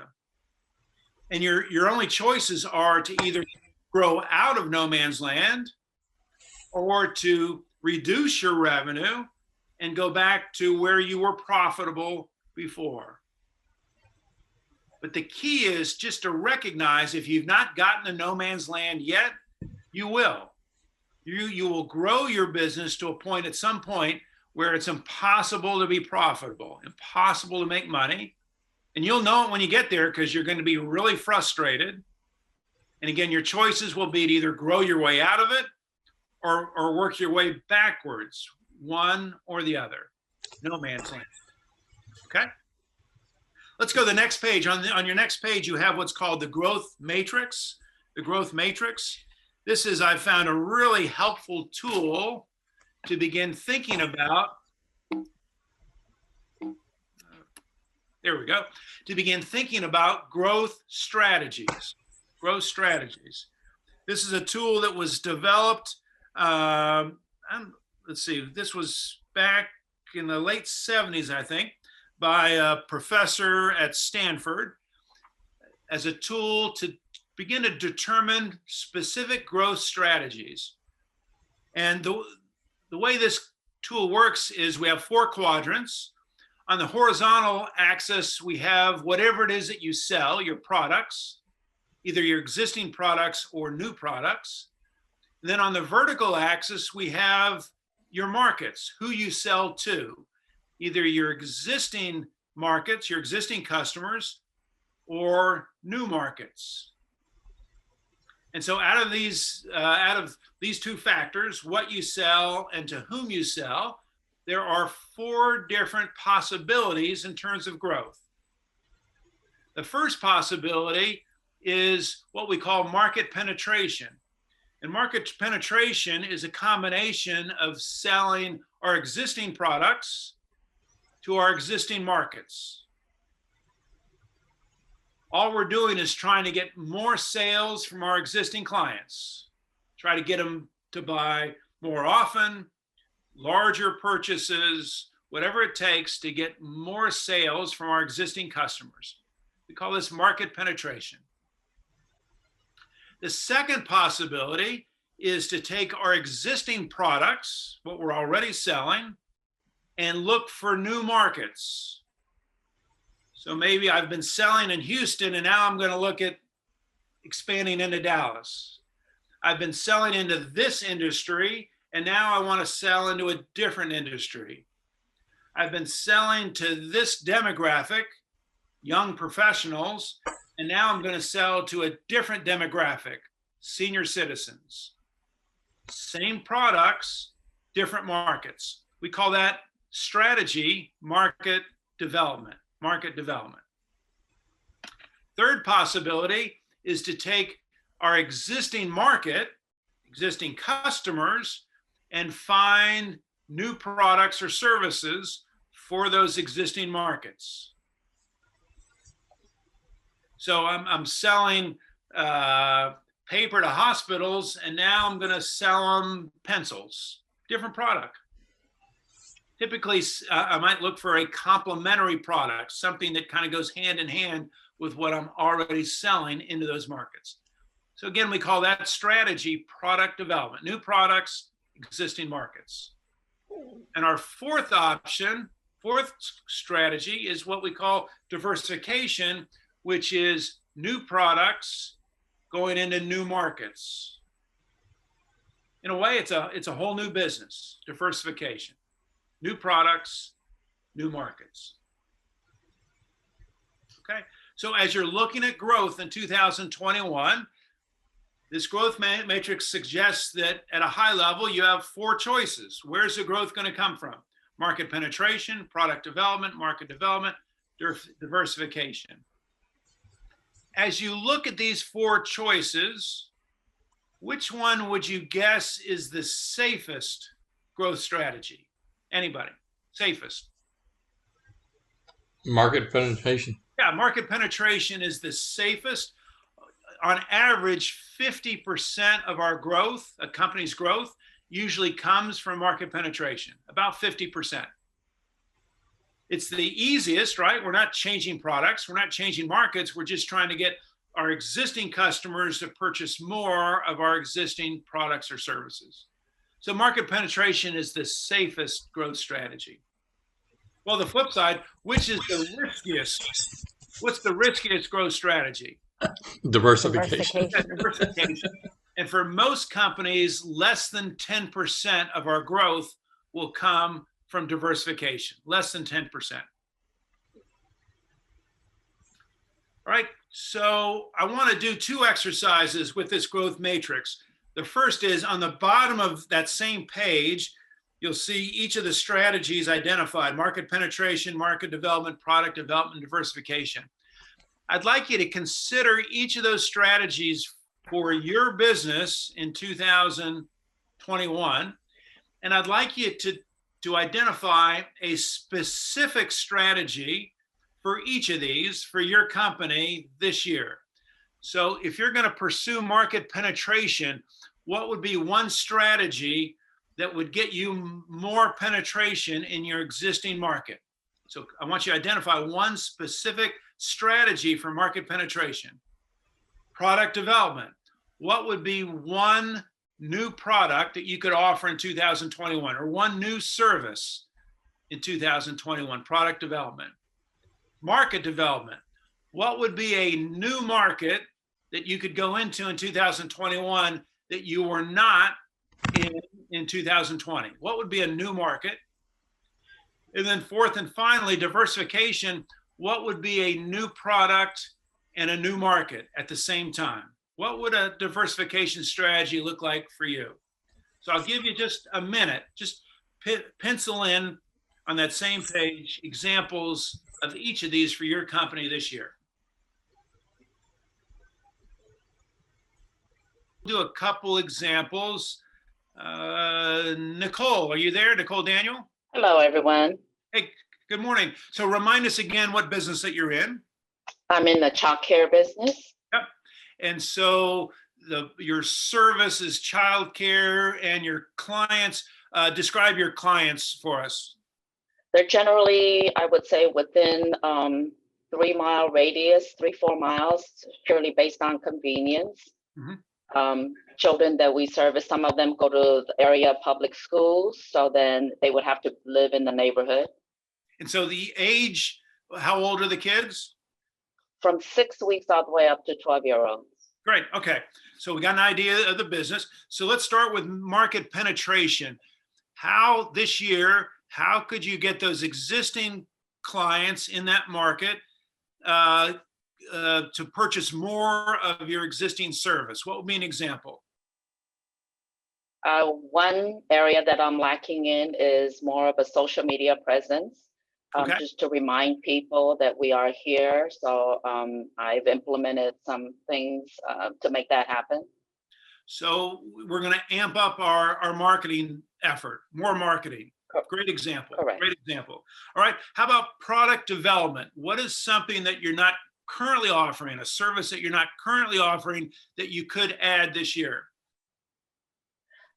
Possibilities. I haven't really thought it out in detail, but possibly adding like a tutoring service for those school-age children, or some of enrichment programs where I could rent out my facility to an outside vendor, because we are not here in the evenings or on the weekends.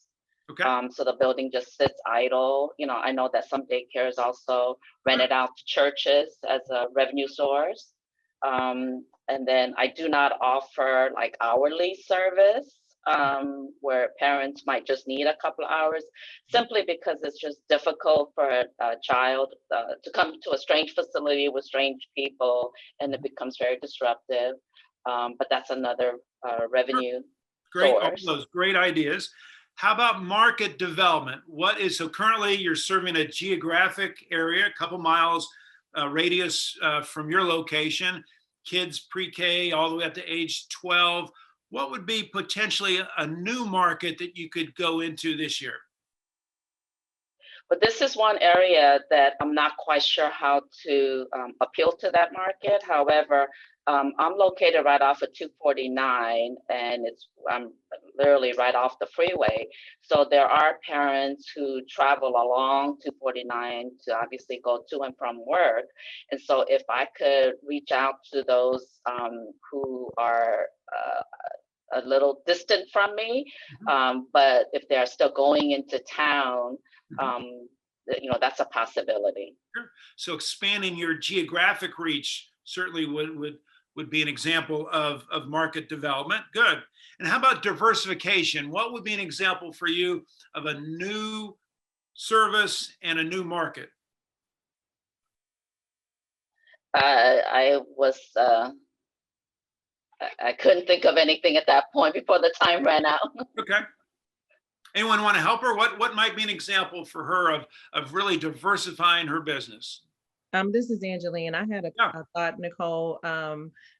Webinars for parents. So many parents are trying to figure out what to do during COVID. They don't understand, but those are methods that you probably practice every day. And you could also leverage other professionals in that area, so it wouldn't really require a lot of additional time for you.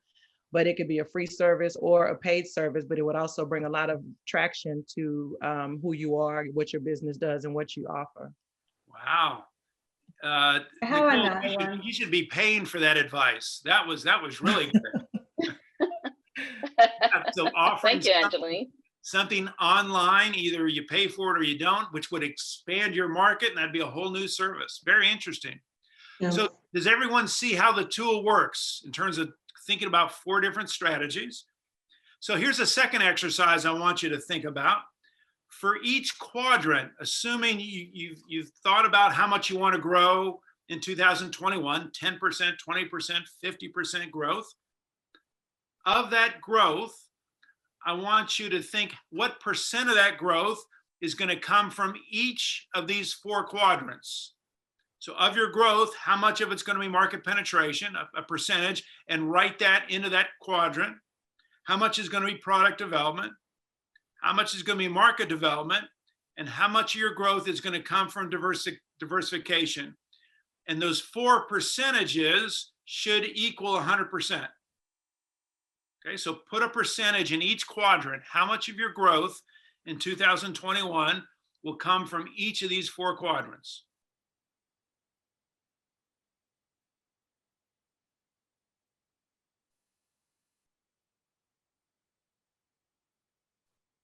Just kind of forcing you to think about not only how much growth, but where is that growth going to come from in 2021?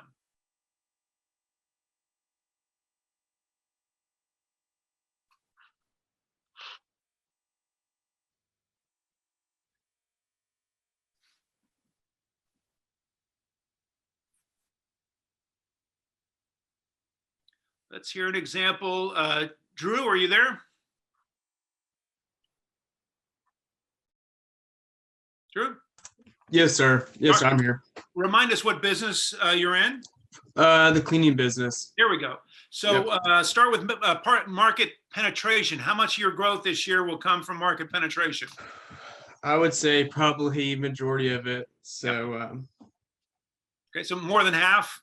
Right, absolutely. I would say that. Yes, sir. How about product development? What percent would come if you were to add a new product? I would say 0. Okay, no new product. That's okay. Yeah. Okay, well, I mean, yeah, we're built service. How about a new market? New market, I would say that would be the rest of the remainder. I'd say it would probably be going into commercial.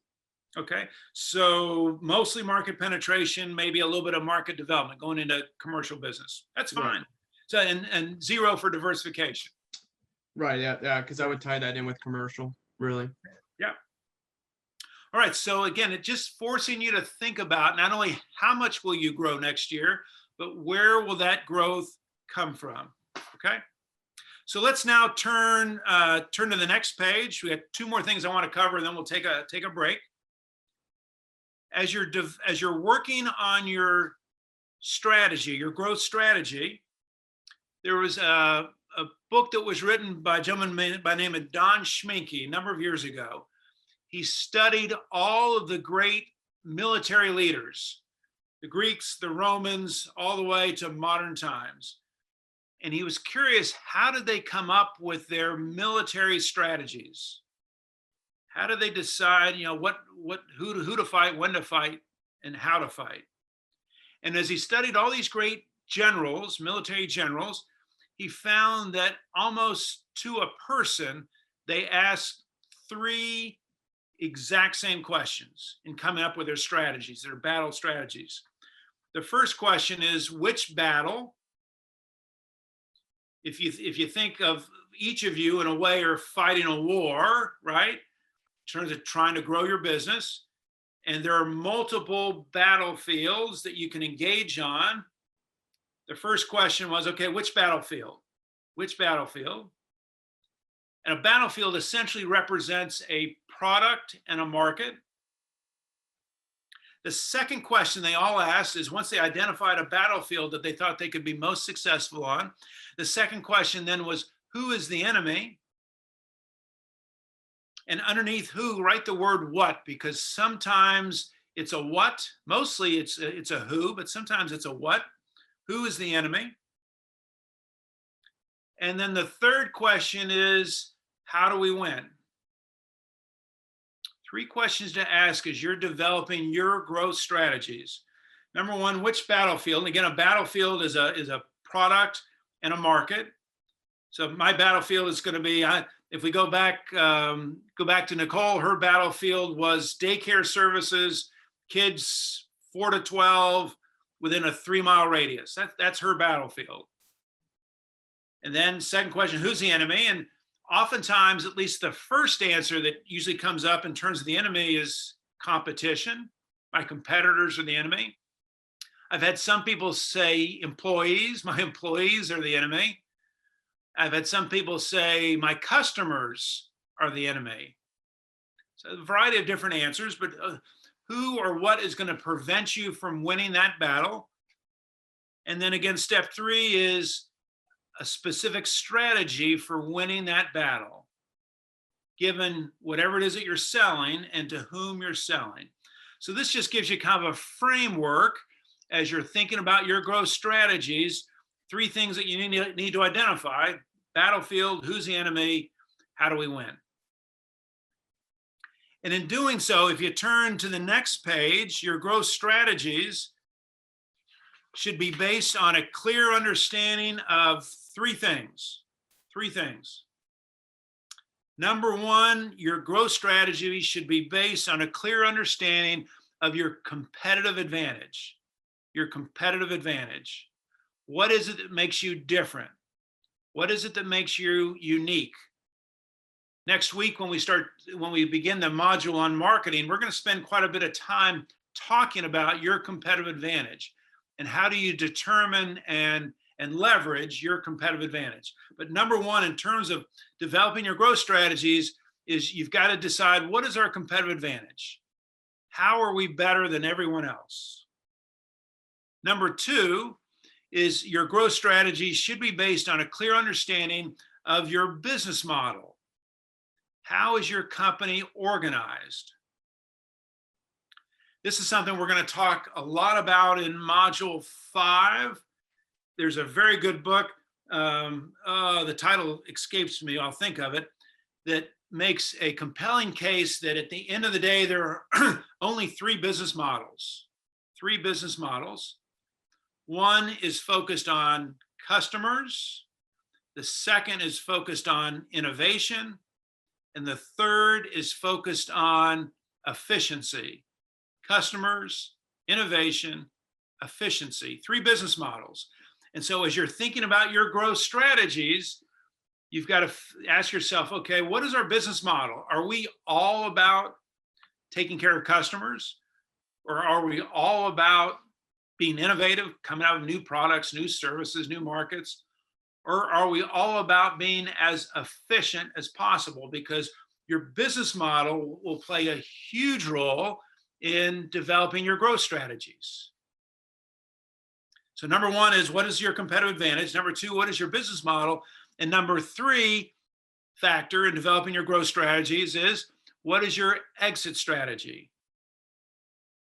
Exit strategy, in other words, how are you going to get out of this business? You figured out a way to get in business. How will you exit the business? And when we come back from our next break, we're going to spend the remainder of our morning talking about your exit strategy. So Natalie, let's take, how about a 6-minute break this time? Tim, may I ask you a question? Yeah, sure. Can you please tell again what are the 3 models of business? Sure. It's customer orientation is the first one, where everything about the customer drives the business. The second is innovative business model, where everything we do is based on being the newest, the fastest. Everything is about innovation. And the third business model is about operational efficiency. How can we do this faster and more efficiently and cheaper? Those are the three business models. And we're going to spend a lot of time on that in Module 5. And you also outlined, you said competitive advantage, business model, exit strategies were the 3 points of what topic? On the page that says your growth strategy should be based on a clear understanding of those 3 things. So without that page, just find a spot to write growth strategies should be based on 3 things. Number 1, our competitive advantage. Number 2, our business model. And number 3, our exit strategy. And when we come back from break, we're going to shift gears and talk about exit strategy, how we develop our exit strategy. All right, so I want you to imagine the following. Imagine you found out today with complete certainty that your business is going to be gone in 6 months. Your business is going to die. It's going to be a natural death. It's not going to be painful, but your business is going to go away in 6 months from today, disappear. What would you do differently over the next 6 months? If you knew your business was going to be gone in 6 months, what would you do differently over the next 6 months in terms of the operation of your business? What would you do differently? Anybody?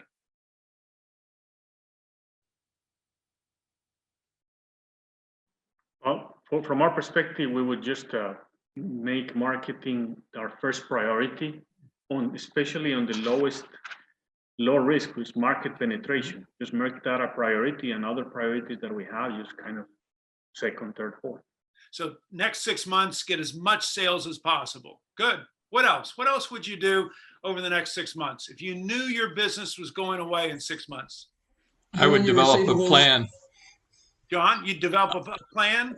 Yeah, because you need to look at all the things you need to prepare in advance in terms of your marketing a business. All of a sudden, you need to know, you have to make sure all your financials, you got the legal issues, you've got your customer notifications or whatever it needs to be done. You need to have a huge checklist of all the things in a time frame to do that. Beautiful. Great idea. What else would you do? Yeah.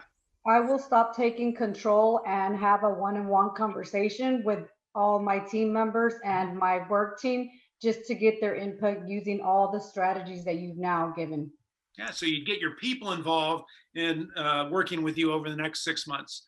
What else? Anything else that you would do over the next 6 months? This question you're asking, Tim, are you asking what would I do to keep the business from not dying? Or is it going away? It's going to die regardless? No, it's a good question. It's going away for sure. Okay. I'm looking for what would you do different over the next 6 months in preparation for that?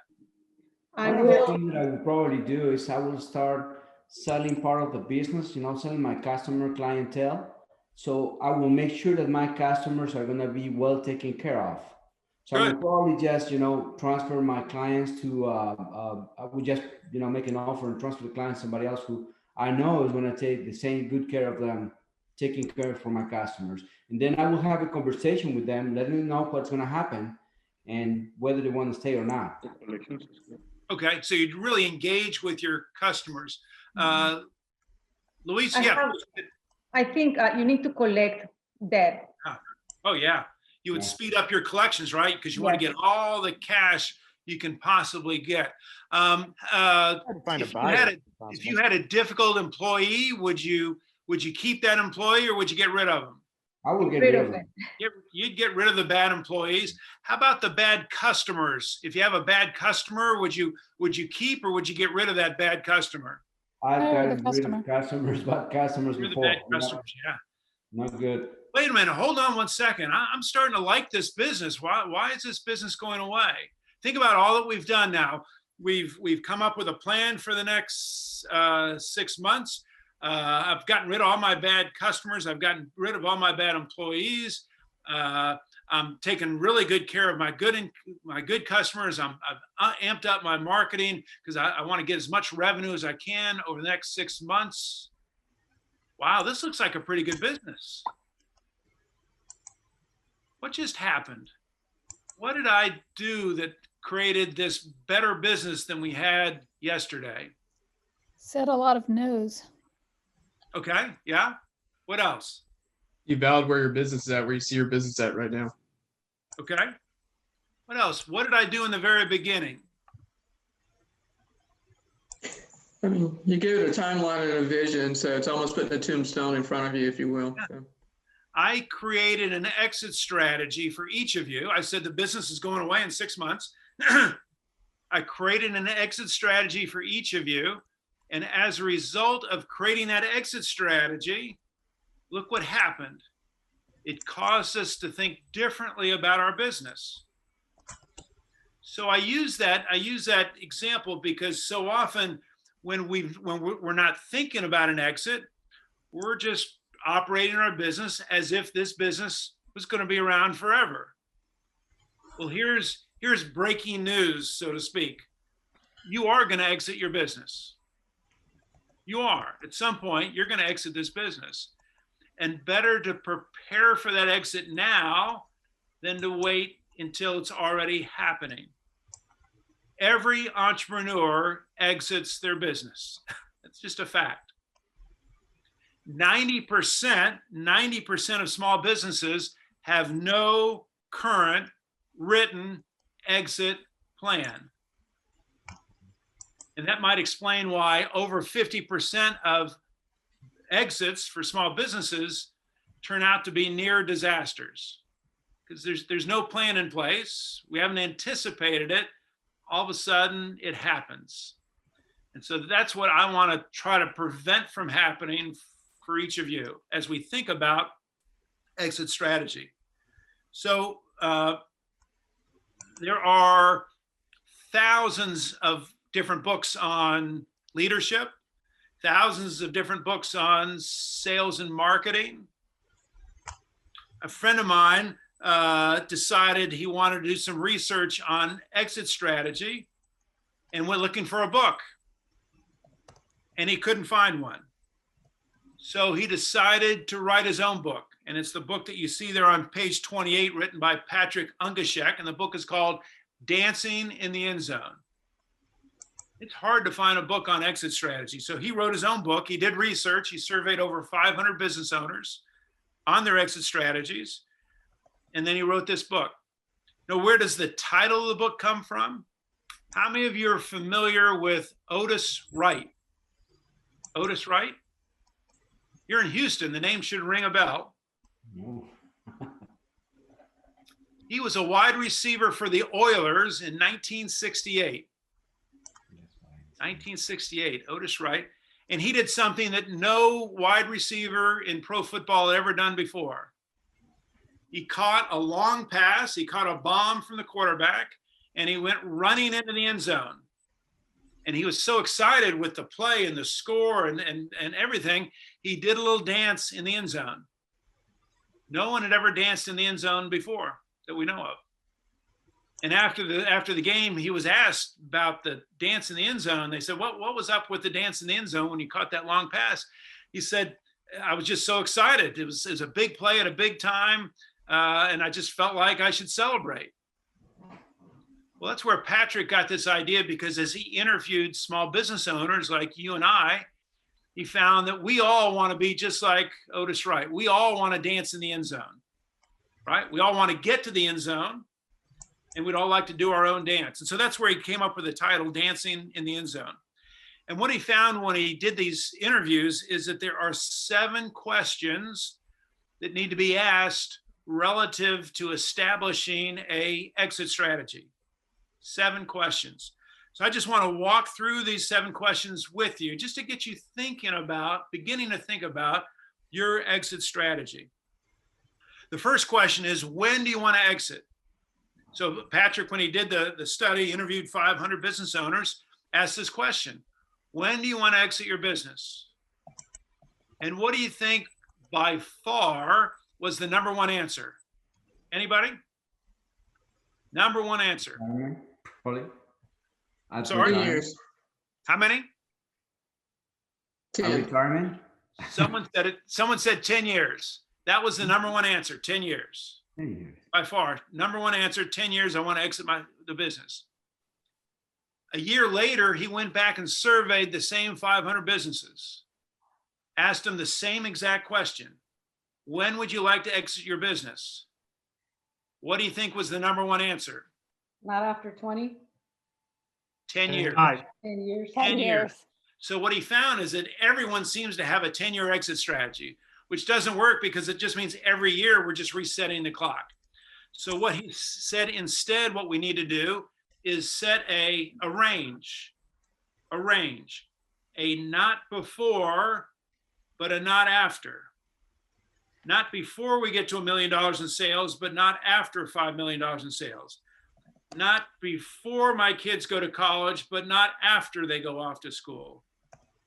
Not before we've gotten Inc. 5000, but not after we've gotten Inc. 5000. Whatever it is, and not before, and a not before and a not after. Think about a range in terms of your exit. Okay, that's number one.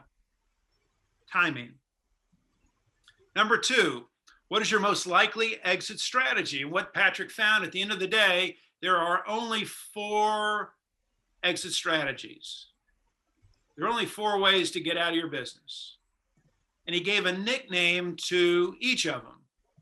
The first is called a passer. What do you think a passer is? What does a passer do? Sell it to someone in the same business line. Not selling it. Pass it on to somebody else. Giving. Oh, passing it on to your sibling.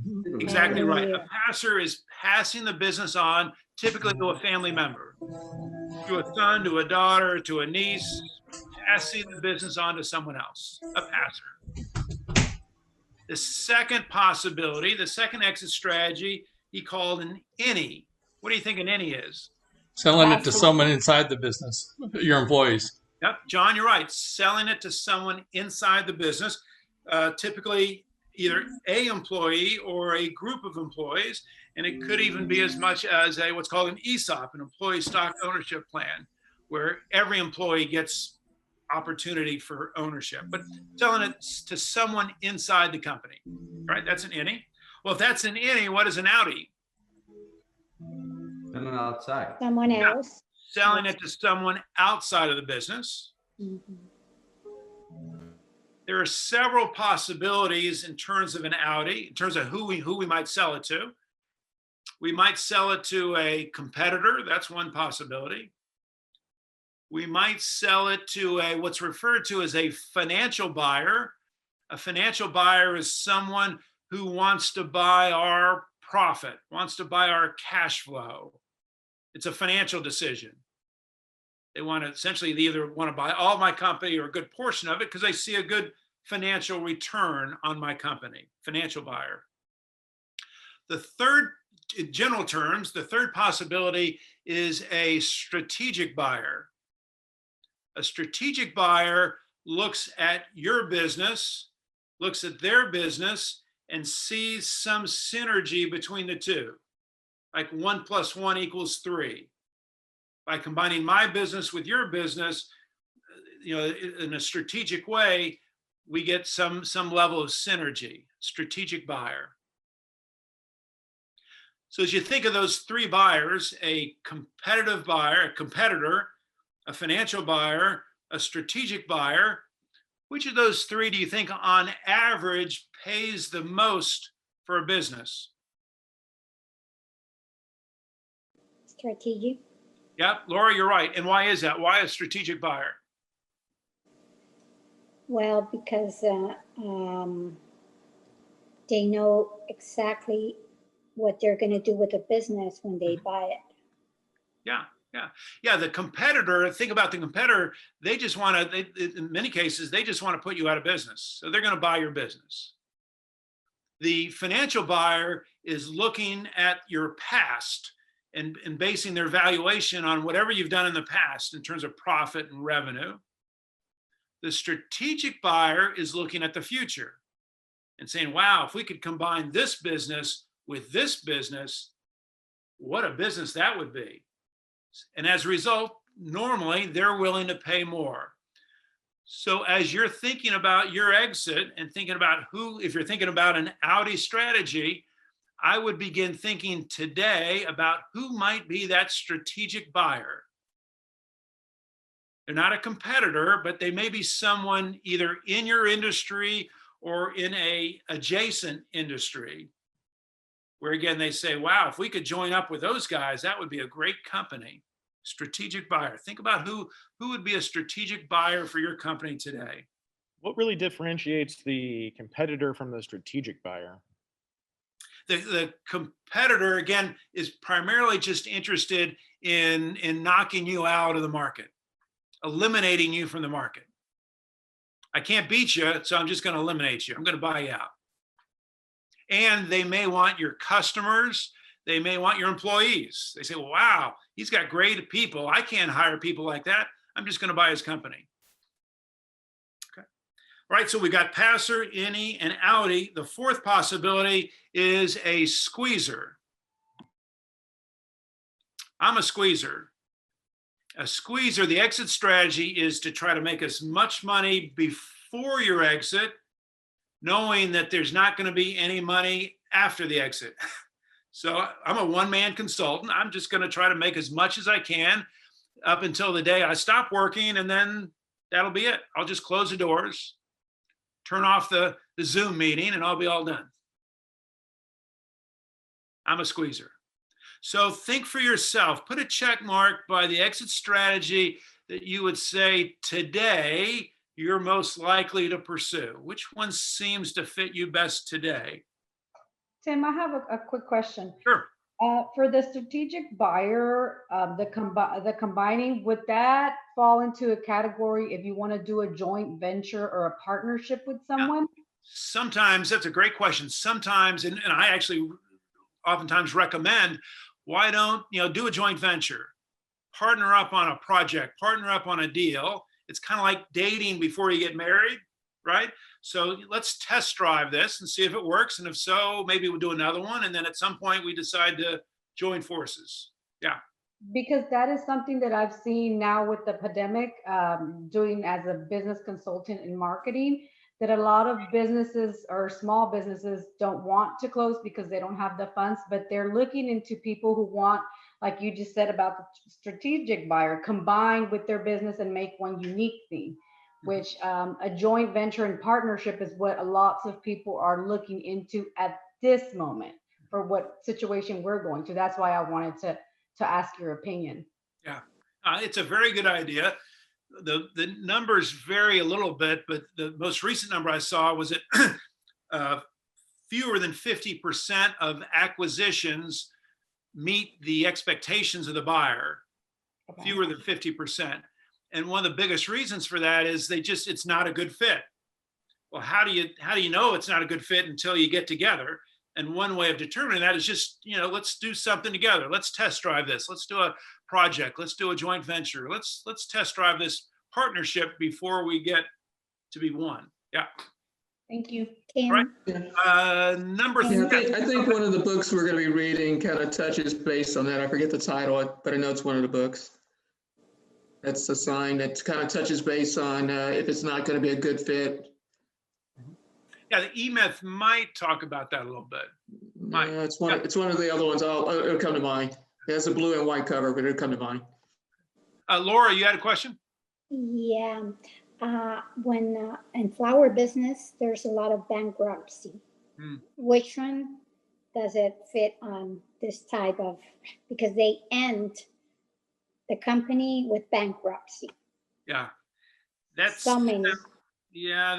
That's of the four options. That's probably the squeezer. They made whatever they could, and then they just having to close their doors, which is always very sad to see that happen when there's not some value to that business on its closing. But certainly in today's world, we've seen lots of evidence of that. Yeah. Okay. Thank you. All right, the third question then is, how much is what's called your exit magic number? And what Patrick talks about is that On the day that you exit your business, you want to have a dollar figure in your mind of how much money you're taking away from this exit. And he calls that your exit magic number. How much money? And I'll be sending you it's an Excel spreadsheet that was created by a gentleman by the name of Mike Iverson. It's just a way of calculating your exit magic number. How much money do you need essentially to walk away from your business? And it's based a little bit on age, it's based on lifestyle, it's based on what you're going to do next after your business. Question number 4, relating to that exit magic number, is where will that money come from? It's not unusual for a small business owner that exit magic number is a 7-digit number. $1 million, $3 million, $5 million. That's what I need when I exit this business. So then the question is, so where's that money going to come from? 2 places. One is you're going to be saving money as you're running your business. So money that you accumulate while you're in business. We call that the now. And the second possibility is when you exit your business, assuming that you're selling your business, you're going to get a check when you exit the business for the sale of your business. We call that the later. So we have the now, what we're saving now, next year, the year after. The later, what to expect to receive on the day of exit. Those 2 together need to equal our exit magic number. So if I've decided, okay, when I exit, I need to have $3 million in the bank. Well, okay, maybe I can sell my business for $500,000. That tells me that I need to save $2,500. The 2 have to equal my magic number, okay? Number 5, what risks do you face prior to exit? What is going to prevent you from enjoying a successful exit from your business? Well, some of the common ones might be a disaster, a pandemic, right? A bad economy, losing a key customer, losing a key employee, I don't know, a fire, a storm, a flood. You all in Houston certainly have seen your share of bad weather, right? That could certainly mess up an exit strategy. You just want to identify as many of these risks as possible. What could get in the way of a successful exit for you? What risks do you face? And then as you identify each risk, you also then want to identify how do you address that risk? And so if you're worried about losing a key customer, then you worry about, okay, how can we not lose that customer? We have enough insurance to protect us in case of a disaster, a fire, a flood, a hurricane. How do we address each of these risks?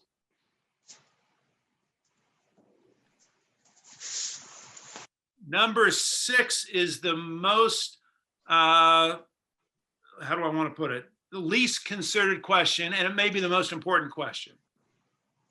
What will you do in life after exit? What will you do in life after exit? So let's see. Julie, are you there? Julie? Yes, I am. All right. Do you know how to play Jeopardy? I think so, yeah. Good. So you know how Jeopardy works. I give you the answer, and then you're going to give me the question.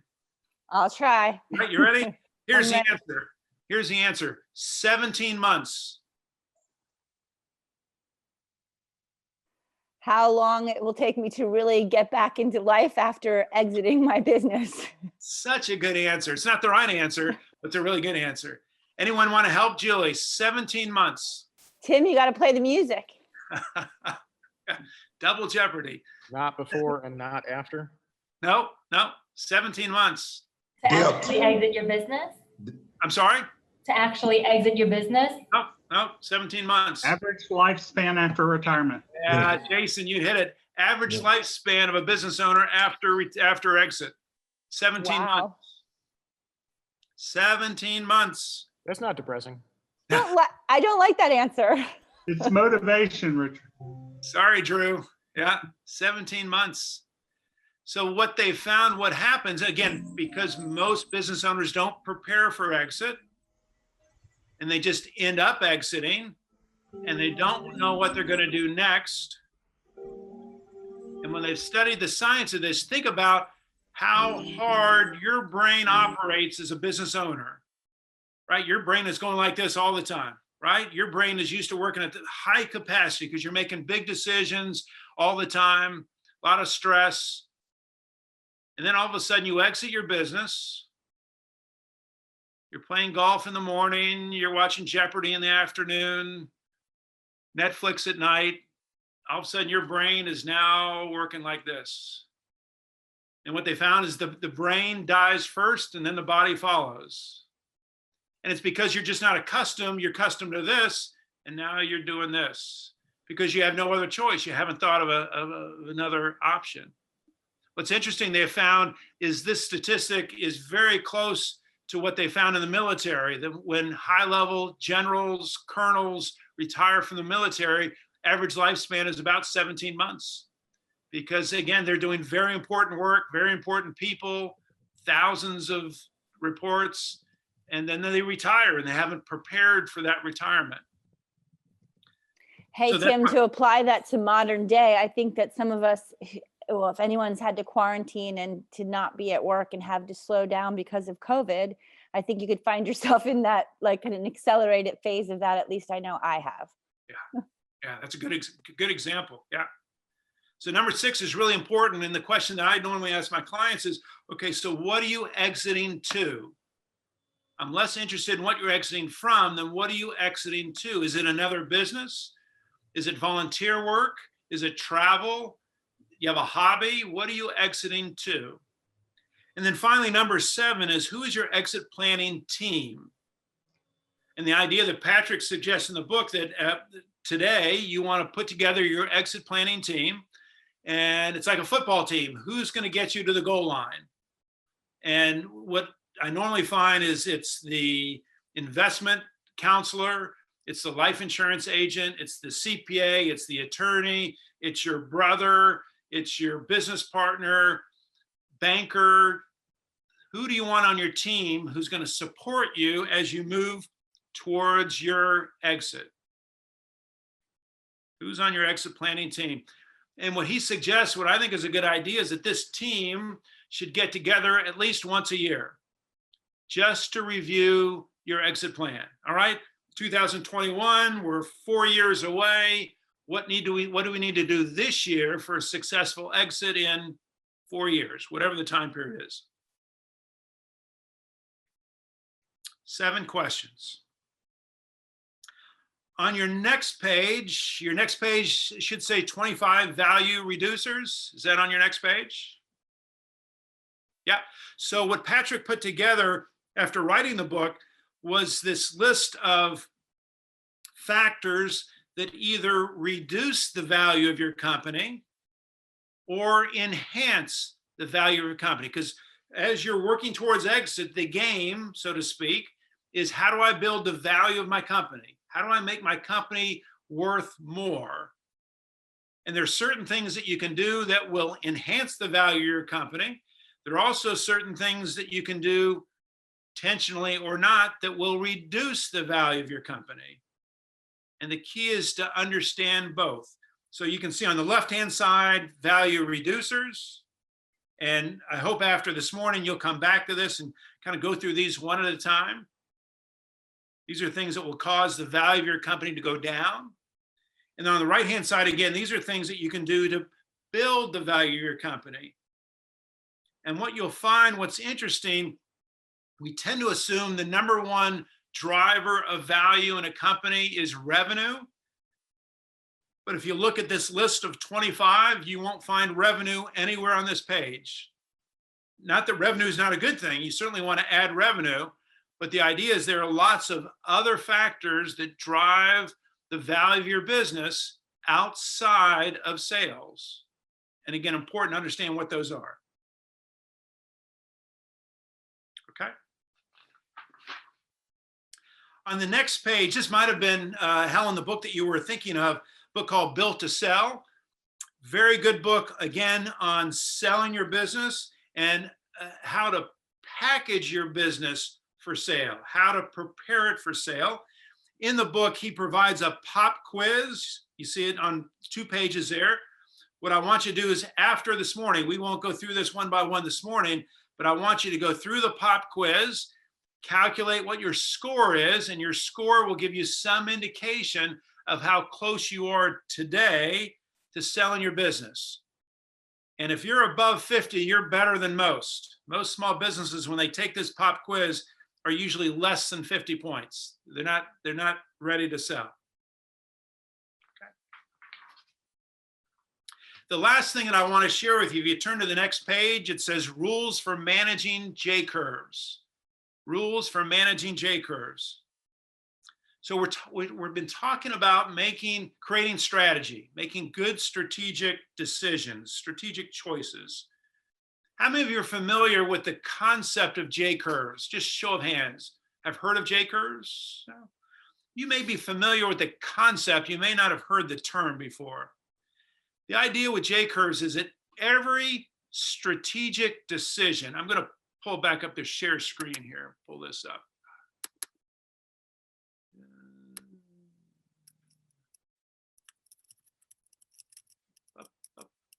Yep. So the process of identifying, prioritizing, and managing J-curves, according to Short Track CEO, is the most important determinant of entrepreneurial success, J-curves. So what is a J-curve? A J-curve is any strategic decision to spend money today for a benefit tomorrow. That's a J-curve. Any strategic decision to spend money today for benefit tomorrow. So every decision you make, every big decision you make, a hiring decision, a firing decision, a customer decision, a new product decision, buy a piece of equipment, every strategic decision is a J-curve.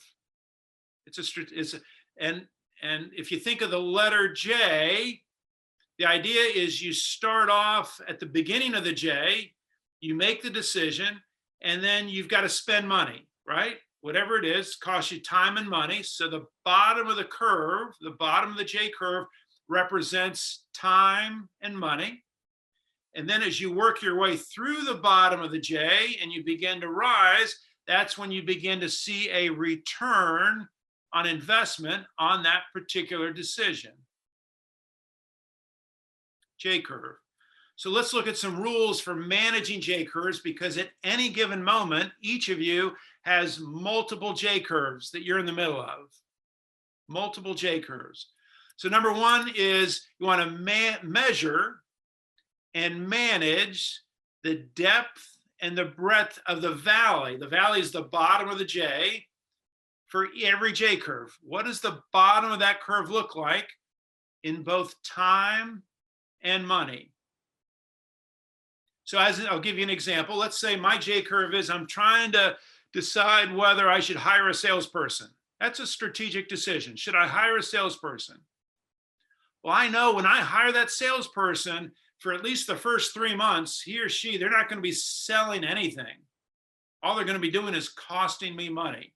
So the bottom of that curve is going to be those 3 months when all I'm doing is writing checks and not getting anything back, but I'm developing that salesperson, I'm training that salesperson, they're learning the job, so that at some point I come out of the bottom of that curve and I begin to see sales. And so what I need to do is I've got to measure, what does the bottom of that curve look like? Is it 3 months or 6 months? Is it $20,000 or $40,000? What is this going to cost me? What does the bottom of the curve look like? Number two, the second rule is do not become emotionally connected to a J-curve. I see this very frequently. Thinking again about, let's say I'm hiring a salesperson, and I've come to believe it's going to take 3 months for that person to get their first sale, and we get to the end of 3 months and there's zero sales. Well, do I fire the salesperson? Well, of course not, right? I've got emotionally, I'm tied into this decision, and it's very hard for me to exit this J-curve. I've gotten emotionally connected to this J-curve. And as easy as that sounds, it's hard to separate yourself from a J curve, particularly when you're on the bottom. Number 3, you don't want to take on too many J curves at once. My experience has been 5 to 7, okay, number of J curves. Any more than 5 to 7, maybe too many. Any less than 5 to 7, not enough. If I talk to a business owner and I ask, well, how many J curves have you got going on? And they say, well, I can't think of any. Can you imagine that? Not having a single strategic decision that you're thinking about?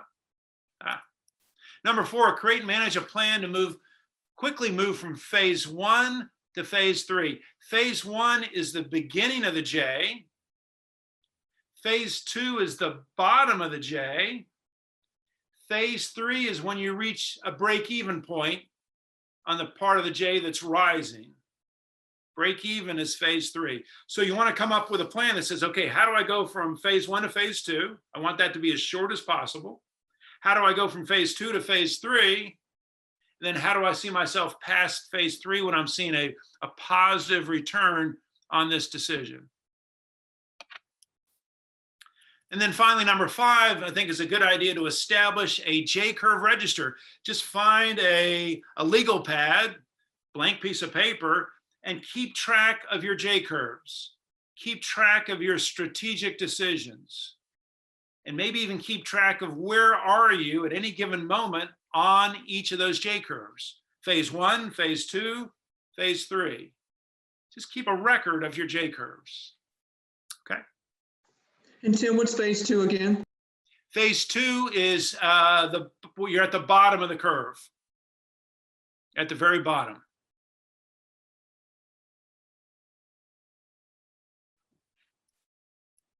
All right, David versus Goliath. I'm going to share, there's a really good TED Talk on this story, but most of you, I'm going to guess, are familiar with the story of David versus Goliath, right? Little guy against big monster.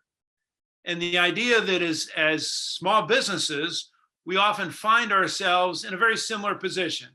Small company going up against a large competitor. Well, the author of he wrote a book about this and then did a TED Talk on this, did research and found out that when David fights Goliath, when a small business, this is Malcolm Gladwell, if you're familiar with the author, Malcolm Gladwell, when a small business goes up against a large business using conventional strategy, conventional methods, Goliath, the big company, wins 71% of the time. So if you do nothing different as you compete against big companies, you're going to lose 71% of the time on average to the big guys. But then he looked and said, okay, what happens as David did in the story? What happens when David uses unconventional methods? What happens when the small business does something unexpected, something different, something spectacular?